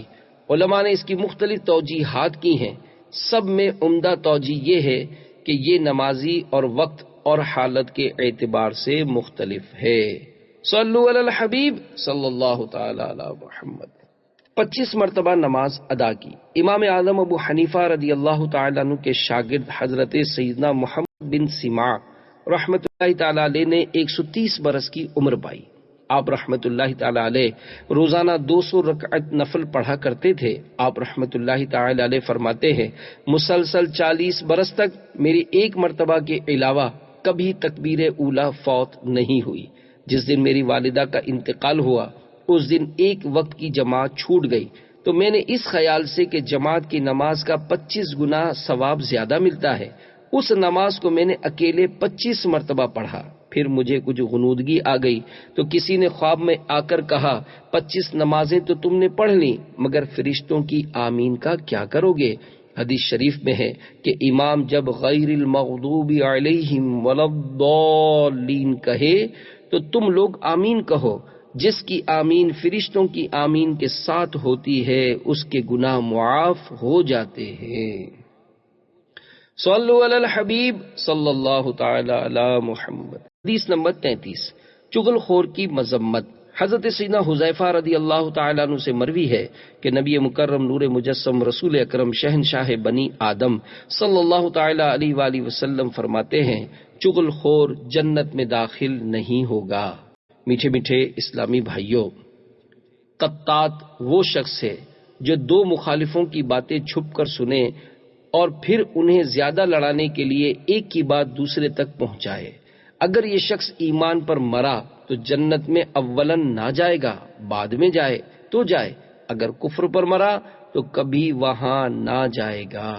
مسلم شریف میں نمام کا لفظ استعمال ہوا ہے، جو دو طرفہ جھوٹی باتیں لگا کر صلح کرا دے وہ نمام نہیں مصلح ہے۔ نمام وہ ہے جو لڑائی و فساد کے لیے یہ حرکت کرے۔ صلو علی الحبیب صلی اللہ تعالی علی محمد۔ چغلی کسے کہتے ہیں؟ شیخ طریقت امیر اہل سنت بانی دعوت اسلامی حضرت علامہ مولانا ابو بلال محمد الیاس عطار قادری دامت برکاتہم العالیہ اپنے رسالے برے خاتمے کے اسباب کے صفحہ 9 پر لکھتے ہیں، علامہ عینی رحمت اللہ تعالی علیہ نے امام نووی علیہ رحمت اللہ القوی سے نقل فرمایا کہ کسی کی بات ضرر یعنی نقصان پہنچانے کے ارادے سے دوسروں کو پہنچانا چغلی ہے۔ کیا ہم چغلی سے بچتے ہیں؟ افسوس، اکثر لوگوں کی گفتگو میں آج کل غیبت و چغلی کا سلسلہ بہت زیادہ پایا جاتا ہے۔ دوستوں کی بیٹھک ہو یا مذہبی اجتماع کے بعد جھمگھٹ، شادی کی تقریب ہو یا تعزیت کی نشست، کسی سے ملاقات ہو یا فون پر بات، چند منٹ بھی اگر کسی سے گفتگو کی صورت بنے اور دینی معلومات رکھنے والا کوئی حساس فرد اگر اس گفتگو کی تشخیص کرے تو شاید اکثر مجالس میں دیگر گناہوں بھرے الفاظ کے ساتھ ساتھ وہ درجنوں چغلیاں بھی ثابت کر دے۔ ہائے ہائے، ہمارا کیا بنے گا؟ ایک بار پھر اس حدیث پاک پر غور کر لیجئے، چغل خور جنت میں نہیں جائے گا۔ کاش ہمیں حقیقی معنوں میں زبان کا قفل مدینہ نصیب ہو جائے، کاش ضرورت کے سوا کوئی لفظ زبان سے نہ نکلے۔ زیادہ بولنے والے اور دنیاوی دوستوں کے جھرمٹ میں رہنے والے کا غیبت اور بالخصوص چغلی سے بچنا بے حد دشوار ہے۔ آہ آہ آہ، حدیث پاک میں ہے، جس شخص کی گفتگو زیادہ ہو اس کی غلطیاں بھی زیادہ ہوتی ہیں، اور جس کی غلطیاں زیادہ ہوں اس کے گناہ زیادہ ہوتے ہیں، اور جس کے گناہ زیادہ ہوں وہ جہنم کے زیادہ لائق ہے۔ صلو علی الحبیب صلی اللہ تعالی علی محمد۔ چغلی سے توبہ۔ حضرت سیدنا عمر بن عبدالعزیز رضی اللہ تعالی عنہ کے بارے میں مروی ہے کہ ایک شخص ان کے پاس حاضر ہوا اور اس نے کسی دوسرے کے بارے میں کوئی بات ذکر کی۔ آپ رضی اللہ تعالی عنہ نے فرمایا، اگر تم چاہو تو ہم تمہارے معاملے میں غور کریں، اگر تم جھوٹے ہوئے تو اس آیت کے مصداق ہو گئے، ان جاءکم فاسق بنبأ فتبینوا۔ ترجمہ کنز ایمان، اگر کوئی فاسق تمہارے پاس کوئی خبر لائے تو تحقیق کر لو، اور اگر تم سچے ہوئے تو اس آیت کے مصداق ہو جاؤ گے۔ حماز مشاء بنمیم۔ ترجمہ کنز ایمان، بہت تانے دینے والا، بہت ادھر کی ادھر لگاتا پھرنے والا۔ اور اگر تم چاہو تو ہم تمہیں معاف کر دیں۔ اس نے عرض کی، امیر المومنین معاف کر دیجئے، آئندہ میں ایسا نہیں کروں گا۔ چغل خور غلام۔ حضرت سیدنا حماد بن سلمہ رحمۃ اللہ تعالی علیہ فرماتے ہیں کہ ایک شخص نے غلام بیچا اور خریدار سے کہا کہ اس میں چغل خوری کے علاوہ کوئی عیب نہیں۔ اس نے کہا مجھے منظور ہے، اور اس غلام کو خرید لیا۔ غلام چند دن تو خاموش رہا، پھر اپنے مالک کی بیوی سے کہنے لگا، میرا آقا تجھے پسند نہیں کرتا اور دوسری عورت لانا چاہتا ہے۔ جب تمہارا خاوند سو رہا ہو تو اس طرح کے ساتھ اس کی گدی کے چند بال مونڈ لینا تاکہ میں کوئی منتر کروں، اس طرح وہ تم سے محبت کرنے لگے گا۔ اور دوسری طرف اس کے شوہر سے جا کر کہا، تمہاری بیوی نے کسی کو دوست بنا رکھا ہے اور تجھے قتل کرنا چاہتی ہے، تم جھوٹ موٹ کے سو جانا تاکہ تمہیں حقیقت حال معلوم ہو جائے۔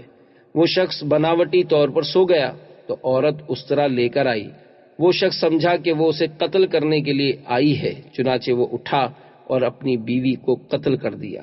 جب عورت کے گھر والے آئے تو انہوں نے اسے قتل کر دیا، اور اس طرح اس چغل خور غلام کی وجہ سے دو قبیلوں کے درمیان لڑائی شروع ہو گئی۔ صلو علی الحبیب صلی اللہ تعالی علی محمد۔ حدیث نمبر 34، رزاق کا کرم۔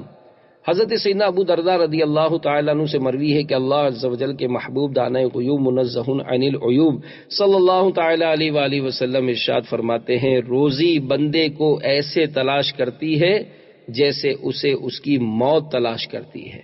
میٹھے میٹھے اسلامی بھائیوں، مقصد یہ ہے کہ موت کو تم تلاش کرو یا نہ کرو، بہرحال تمہیں پہنچے گی۔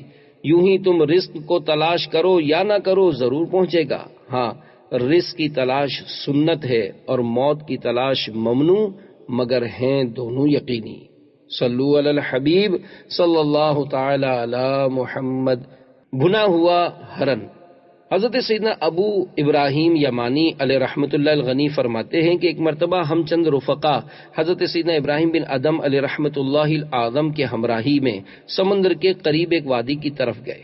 ہم سمندر کے کنارے کنارے چل رہے تھے کہ راستے میں ایک پہاڑ آیا جسے جبل کفر فیر کہتے ہیں، وہاں ہم نے کچھ دیر قیام کیا اور پھر سفر پر روانہ ہو گئے۔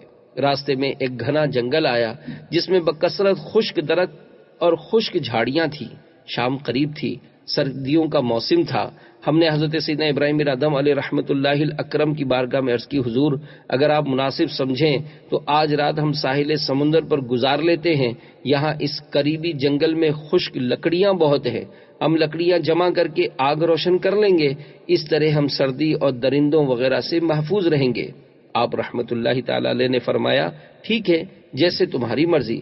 چنانچہ ہمارے کچھ دوستوں نے جنگل سے خشک لکڑیاں اکٹھی کی اور ایک شخص کو آگ لینے کے لیے قریبی قلعے کی طرف بھیجا۔ جب وہ آگ لے کر آیا تو ہم نے جمع شدہ لکڑیوں میں آگ لگا دی اور سب آگ کے ارد گرد بیٹھ گئے اور ہم نے کھانے کے لیے روٹیاں نکال لی۔ اچانک ہم میں سے ایک شخص نے کہا، دیکھو ان لکڑیوں سے کیسے انگارے بن گئے ہیں، اے کاش ہمارے پاس گوشت ہوتا تو ہم اسے ان انگاروں پر بھون لیتے۔ حضرت سیدنا ابراہیم بن آدم علیہ رحمت اللہ العظم نے اس کی یہ بات سن لی اور فرمانے لگے، ہمارا پاک پروردگار عز و جل اس بات پر قادر ہے کہ تمہیں اس جنگل میں تازہ گوشت کھلائے۔ ابھی آپ رحمت اللہ تعالی علیہ یہ بات فرما ہی رہے تھے کہ اچانک ایک طرف سے شیر نمودار ہوا جو ایک فربا ہرن کے پیچھے بھاگ رہا تھا۔ ہرن کا رخ ہماری ہی طرف تھا۔ جب ہرن ہم سے کچھ فاصلے پر رہ گیا تو شیر نے اس پر چھلانگ لگائی اور اس کی گردن پر شدید حملہ کیا جس سے وہ تڑپنے لگا۔ یہ دیکھ کر حضرت سیدنا ابراہیم بن ادم رحمت اللہ تعالی علیہ اٹھے اور اس ہرن کی طرف لپکے اور آپ رحمت اللہ تعالی علیہ کو آتا دیکھ کر شیر ہرن کو چھوڑ کر پیچھے ہٹ گیا۔ آپ رحمت اللہ تعالی علیہ نے فرمایا، یہ رزق اللہ عز و جل نے ہمارے لیے بھیجا ہے۔ چنانچہ ہم نے ہرن کو ذبح کیا اور اس کا گوشت انگاروں پر بھون بھون کر کھاتے رہے اور شیر دور بیٹھا ہمیں دیکھتا رہا۔ اللہ عز و جل کی ان پر رحمت ہو اور ان کے صدقے ہماری مغفرت ہو، آمین بجاہ النبی الامین صلی اللہ تعالی علیہ وآلہ وسلم۔ صلو علی الحبیب صلی اللہ تعالی علی محمد۔ حدیث نمبر 35۔ حیا ایمان سے ہے۔ حضور پاک صاحب الاولاق سیاہ افلاق صلی اللہ علیہ وآلہ وسلم ارشاد فرماتے ہیں، حیا ایمان سے ہے۔ میٹھے میٹھے اسلامی بھائیوں، شرم و حیا ایمان کا رکن اعلیٰ ہے۔ دنیا والوں سے حیا دنیاوی برائیوں سے روک دیتی ہے، دین والوں سے حیا دینی برائیوں سے روک دیتی ہے۔ اللہ رسول سے شرم و حیا تمام بد عقیدگیوں بد عملیوں سے بچا لیتی ہے۔ ایمان کی عمارت اسی شرم و حیا پر قائم ہے۔ درخت ایمان کی جڑ مومن کے دل میں رہتی ہے جبکہ اس کی شاخیں جنت میں ہیں۔ صلو علی الحبیب صلی اللہ تعالی علی محمد۔ با حیا نوجوان۔ امیر اہل سنت دامت برکاتہم العالیہ اپنے رسالے با حیا نوجوان کے صفحہ 1 پر لکھتے ہیں، بصرہ میں ایک بزرگ رحمت اللہ تعالی علیہ مسکی کے نام سے مشہور تھے۔ مشک کو عربی میں مسک کہتے ہیں، لہذا مسکی کے معنی ہوئے مشک بار، یعنی مشک کی خوشبو میں بسا ہوا۔ وہ بزرگ رحمت اللہ تعالی علیہ ہر وقت مشک بار و خوشبودار رہا کرتے تھے، یہاں تک کہ جس راستے سے گزر جاتے وہ راستہ بھی مہک اٹھتا۔ جب داخل مسجد ہوتے تو ان کی خوشبو سے لوگوں کو معلوم ہو جاتا کہ حضرت مسکی رحمت اللہ تعالی علیہ تشریف لے آئے ہیں۔ کسی نے عرض کی، حضور آپ کو خوشبو پر کثیر رقم خرچ کرنی پڑتی ہوگی۔ فرمایا، میں نے کبھی خوشبو خریدی نہ لگائی، میرا واقعہ عجیب و غریب ہے۔ میں بغداد معلیٰ کے خوشحال گھرانے میں پیدا ہوا۔ جس طرح امراء اپنی اولاد کو تعلیم دلواتے ہیں، میری بھی اسی طرح تعلیم ہوئی۔ میں بہت خوبصورت اور با حیا تھا۔ میرے والد صاحب سے کسی نے کہا، اسے بازار میں بٹھاؤ تاکہ یہ لوگوں سے گھل مل جائے اور اس کی حیا کچھ کم ہو۔ چنانچہ مجھے ایک بزاز یعنی کپڑا بیچنے والے کی دکان پر بٹھا دیا گیا۔ ایک روز ایک بڑھیا نے کچھ قیمتی کپڑے نکلوائے، پھر بزاز یعنی کپڑے والے سے کہا، میرے ساتھ کسی کو بھیج دو تاکہ جو پسند ہو انہیں لینے کے بعد قیمت اور بقیہ کپڑے واپس لائے۔ بزاز نے مجھے اس کے ساتھ بھیج دیا۔ بڑھیا مجھے ایک عظیم الشان محل میں لے گئی اور آراستہ کمرے میں بھیج دیا۔ کیا دیکھتا ہوں کہ ایک زیورات سے آراستہ خوش لباس جوان لڑکی تخت پر بچھے منقش قالین پر بیٹھی ہے۔ تخت و فرش سب کے سب زرعی ہیں اور اس قدر نفیس کہ ایسے میں نے کبھی نہیں دیکھے تھے۔ مجھے دیکھتے ہی اس لڑکی پر شیطان غالب آیا اور وہ ایک دم میری طرف لپکی اور چھیڑخانی کرتے ہوئے منہ کالا کروانے کے در پہ ہوئی۔ میں نے گھبرا کر کہا اللہ عز و جل سے ڈر، مگر اس پر شیطان پوری طرح مسلط تھا۔ جب میں نے اس کی ضد دیکھی تو گناہ سے بچنے کی تجویز سوچ لی اور اس سے کہا مجھے استنجا خانے جانا ہے۔ اس نے آواز دی تو چاروں طرف سے لونڈیاں آ گئیں۔ اس نے کہا اپنے آقا کو بیت الخلا میں لے جاؤ۔ میں جب وہاں گیا تو بھاگنے کی کوئی راہ نظر نہیں آئی۔ مجھے اس عورت کے ساتھ منہ کالا کرتے ہوئے اپنے رب عز و جل سے حیا آ رہی تھی اور مجھ پر عذاب جہنم کے خوف کا غلبہ تھا۔ چنانچہ ایک ہی راستہ نظر آیا اور وہ یہ کہ میں نے استنجا خانے کی نجاست سے اپنا ہاتھ، منہ وغیرہ سان لیے اور خوب آنکھیں نکال کر اس کنیز کو ڈرایا جو باہر رومال اور پانی لیے کھڑی تھی۔ میں جب دیوانوں کی طرح چیختا ہوا اس کی طرف لپکا تو وہ ڈر کر بھاگی اور اس نے پاگل پاگل کا شور مچا دیا۔ سب لونڈیاں اکٹھی ہو گئیں اور انہوں نے مل کر مجھے ایک ٹاٹ میں لپیٹا اور اٹھا کر ایک باغ میں ڈال دیا۔ میں نے جب یقین کر لیا کہ سب جا چکی ہیں تو اٹھ کر اپنے کپڑے اور بدن کو دھو کر پاک کر لیا اور اپنے گھر چلا گیا، مگر کسی کو یہ بات نہیں بتائی۔ اسی رات میں نے خواب میں دیکھا کہ کوئی کہہ رہا ہے تم کو حضرت سیدنا یوسف علیہ الصلوۃ والسلام سے کیا ہی خوب مناسبت ہے، اور کہتا ہے کہ کیا تم مجھے جانتے ہو؟ میں نے کہا نہیں۔ تو انہوں نے کہا میں جبریل علیہ الصلوۃ والسلام ہوں۔ اس کے بعد انہوں نے میرے منہ اور جسم پر اپنا ہاتھ پھیر دیا۔ اسی وقت سے میرے جسم سے مشک کی بہترین خوشبو آنے لگی۔ یہ حضرت سیدنا جبریل علیہ الصلوۃ والسلام کے دست مبارک کی خوشبو ہے۔ حیا کے متعلق مزید تفصیلات جاننے کے لیے امیر اہل سنت دامت برکاتہم العالیہ کا رسالہ با حیا نوجوان مکتبۃ المدینہ کی کسی بھی شاخ سے ہدیتاً طلب کیا جا سکتا ہے۔ صلو علی الحبیب صلی اللہ تعالی علی محمد۔ حدیث نمبر 36، ساقی کوثر صلی اللہ علیہ وآلہ وسلم کا فرمان۔ حضرت سیدنا ابو قتادہ رضی اللہ تعالیٰ عنہ سے مروی ہے کہ نبی مکرم نور مجسم رسول اکرم شہنشاہ بنی آدم صلی اللہ تعالیٰ علیہ وآلہ وسلم ارشاد فرماتے ہیں قوم کو پانی پلانے والا سب سے آخر میں پیتا ہے۔ میٹھے میٹھے اسلامی بھائیوں، قانون یہ ہے کہ پلانے والا پیچھے پیے، کھلانے والا پیچھے کھائے۔ ہم ہیں پلانے والے، اس لیے ہم تمہارے بعد پیئیں گے۔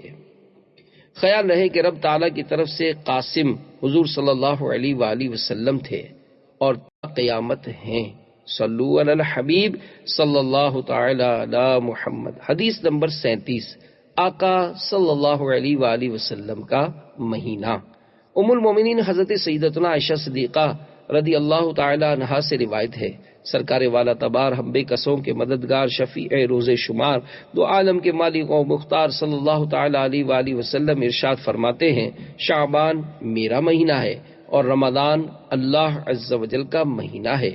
میٹھے میٹھے اسلامی بھائیوں، رحمت عالم نور مجسم صلی اللہ تعالی علیہ وآلہ وسلم نے شعبان کو اس لیے اپنا مہینہ فرمایا کہ آپ صلی اللہ علیہ وآلہ وسلم اس مہینے میں روزے رکھا کرتے تھے، حالانکہ یہ روزے آپ صلی اللہ علیہ وآلہ وسلم پر واجب نہیں تھے، اور رمضان کو اس لیے اللہ تعالیٰ کا مہینہ فرمایا کہ اس نے اس مہینے کے روزے مسلمانوں پر فرض کیے ہیں۔ شعبان کی تجلیات و برکات۔ امیر اہل سنت دامت برکاتہم العالیہ اپنے رسالے آقا کا مہینہ کے صفحہ 4 پر لکھتے ہیں لفظ شعبان میں 5 حروف ہیں، شین، عین، با، الف، نون۔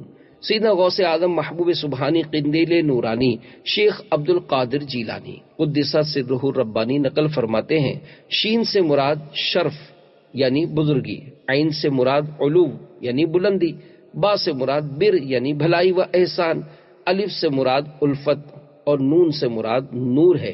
تو یہ تمام چیزیں اللہ تعالیٰ اپنے بندوں کو اس مہینے میں عطا فرماتا ہے۔ یہ وہ مہینہ ہے جس میں نیکیوں کے دروازے کھول دیے جاتے ہیں، برکات کا نزول ہوتا ہے، خطائیں ترک کر دی جاتی ہیں اور گناہوں کا کفارہ ادا کیا جاتا ہے، اور خیر البریہ سید الورا جناب محمد مصطفیٰ صلی اللہ علیہ وآلہ وسلم پر درود پاک کی کثرت کی جاتی ہے، اور یہ نبی مختار صلی اللہ علیہ وآلہ وسلم پر درود بھیجنے کا مہینہ ہے۔ صلو علی الحبیب صلی اللہ تعالی علی محمد۔ حدیث نمبر 38، فتنہ باز کی مذمت۔ حضرت سیدنا انس رضی اللہ تعالیٰ عنہ سے مروی ہے کہ حضور پاک صاحب اولاق صلی اللہ علیہ وآلہ وسلم فرماتے ہیں، فتنہ سو رہا ہے، اس کے جگانے والے پر اللہ عز و جل کی لعنت۔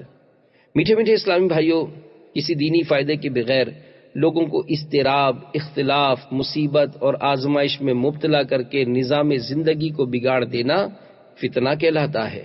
لہذا ہر وہ چیز جو مسلمانوں کے درمیان فتنے، شر، عداوت اور بغض کا باعث بنے، ہمیں اس سے بچنا چاہیے۔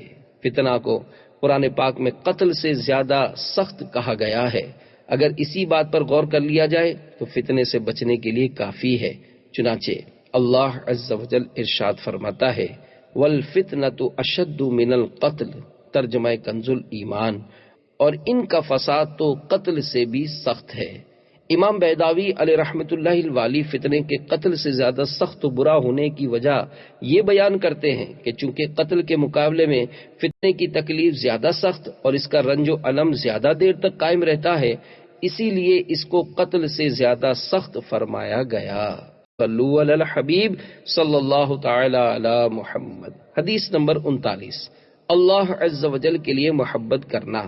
حضرت سیدنا ابو ذر رضی اللہ تعالیٰ عنہ سے مروی ہے کہ حضور پاک صاحب الاولاق سیاہ افلاق صلی اللہ تعالیٰ علیہ وآلہ وسلم ارشاد فرماتے ہیں، سب سے بہتر عمل اللہ عز و جل کے لیے محبت کرنا اور اللہ عز و جل کے لیے دشمنی کرنا ہے۔ میٹھے میٹھے اسلامی بھائیوں، اللہ عز و جل کے لیے محبت کا مطلب یہ ہے کہ کسی سے اس لیے محبت کی جائے کہ وہ دیندار ہے، اور اللہ عز و جل کے لیے عداوت کا مطلب یہ ہے کہ کسی سے عداوت ہو تو اس بنا پر ہو کہ وہ دین کا دشمن ہے یا دیندار نہیں۔ امام غزالی علیہ رحمۃ اللہ القوی فرماتے ہیں، اگر کوئی شخص باورچی سے اس لیے محبت کرتا ہے کہ اس سے اچھا کھانا پکوا کر فقراء کو بانٹے تو یہ اللہ عز و جل کے لیے محبت ہے، اور اگر عالم دین سے اس لیے محبت کرتا ہے کہ اس سے علم دین سیکھ کر دنیا کمائے تو یہ دنیا کے لیے محبت ہے۔ حضرت سیدنا عبداللہ ابن مسعود رضی اللہ تعالیٰ عنہ سے مروی ہے کہ رحمت عالم نور مجسم شہنشاہ بنی آدم صلی اللہ علیہ وآلہ وسلم کا فرمان عالی شان ہے، یہ بات ایمان سے ہے کہ ایک شخص دوسرے سے فقط اللہ عز و جل کے لیے محبت کرے، اس میں دیے جانے والے مال کا دخل نہ ہو تو ایسی محبت ایمان کا حصہ ہے۔ امام نووی علیہ رحمۃ اللہ الولی فرماتے ہیں، اللہ و رسول عز و جل و صلی اللہ علیہ وآلہ وسلم کی محبت میں زندہ اور انتقال کر جانے والے اولیاء و صالحین رحمہم اللہ تعالی کی محبت بھی شامل ہے، اور اللہ و رسول عز و جل و صلی اللہ علیہ وآلہ وسلم کی افضل ترین محبت یہ ہے ان کے احکام پر عمل اور نواہی سے اجتناب کیا جائے۔ میٹھے میٹھے اسلامی بھائیوں، الحمدللہ عز و جل ہمارے اکابرین الحب فی اللہ والبغض فی اللہ کی چلتی پھرتی تصویر تھے۔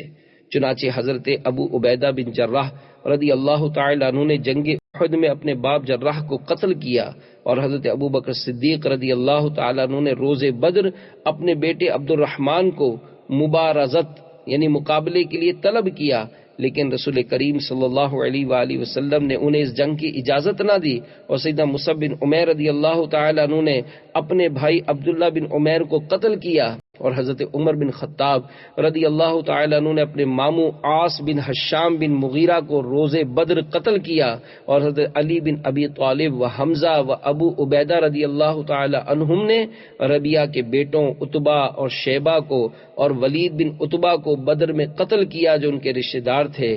خدا اور رسول پر ایمان لانے والوں کو قرابت اور رشتہ داری کا کیا پاس؟ صلو علی الحبیب صلی اللہ تعالی علی محمد۔ حدیث نمبر 40، نماز قضا کرنے کا وبال۔ حضرت سیدنا ابو سعید رضی اللہ تعالی عنہ سے مروی ہے، اللہ عز و جل کے محبوب دانۂ غیوب منزہ عن العیوب صلی اللہ تعالی علیہ وآلہ وسلم ارشاد فرماتے ہیں، جو کوئی جان بوجھ کر ایک نماز بھی قضا کر دیتا ہے اس کا نام جہنم کے اس دروازے پر لکھ دیا جائے گا جس سے وہ جہنم میں داخل ہوگا۔ میٹھے میٹھے اسلامی بھائیوں، اللہ عز و جل نے جہنمیوں کے بارے میں ارشاد فرمایا، ما سلککم فی سقر قالوا لم نک من المصلین ولم نک نطعم المسکین وَكُنَّا نَخُوضُ مَعَ الْخَائِضِينَ۔ ترجمہ کنز الایمان۔ تمہیں کیا بات دوزخ میں لے گئی؟ وہ بولے ہم نماز نہ پڑھتے تھے اور مسکین کو کھانا نہ دیتے تھے اور بیہودہ فکر والوں کے ساتھ بیہودہ فکریں کرتے تھے۔ کچھ دن کے لیے نماز چھوڑ سکتے ہیں؟ حضرت سیدنا ابن عباس رضی اللہ تعالیٰ عنہما ارشاد فرماتے ہیں کہ جب میری آنکھوں کی سیاہی باقی رہنے کے باوجود میری بینائی جاتی رہی تو مجھ سے کہا گیا ہم آپ کا علاج کرتے ہیں، کیا آپ کچھ دن نماز چھوڑ سکتے ہیں؟ تو میں نے کہا نہیں، کیونکہ دو جہاں کے تاجور سلطان بحربر صلی اللہ تعالی علیہ وآلہ وسلم کا فرمان عالی شان ہے، جس نے نماز چھوڑی تو وہ اللہ عز و جل سے اس حال میں ملے گا کہ وہ اس پر غضب فرمائے گا۔ صلو علی الحبیب صلی اللہ تعالی علی محمد۔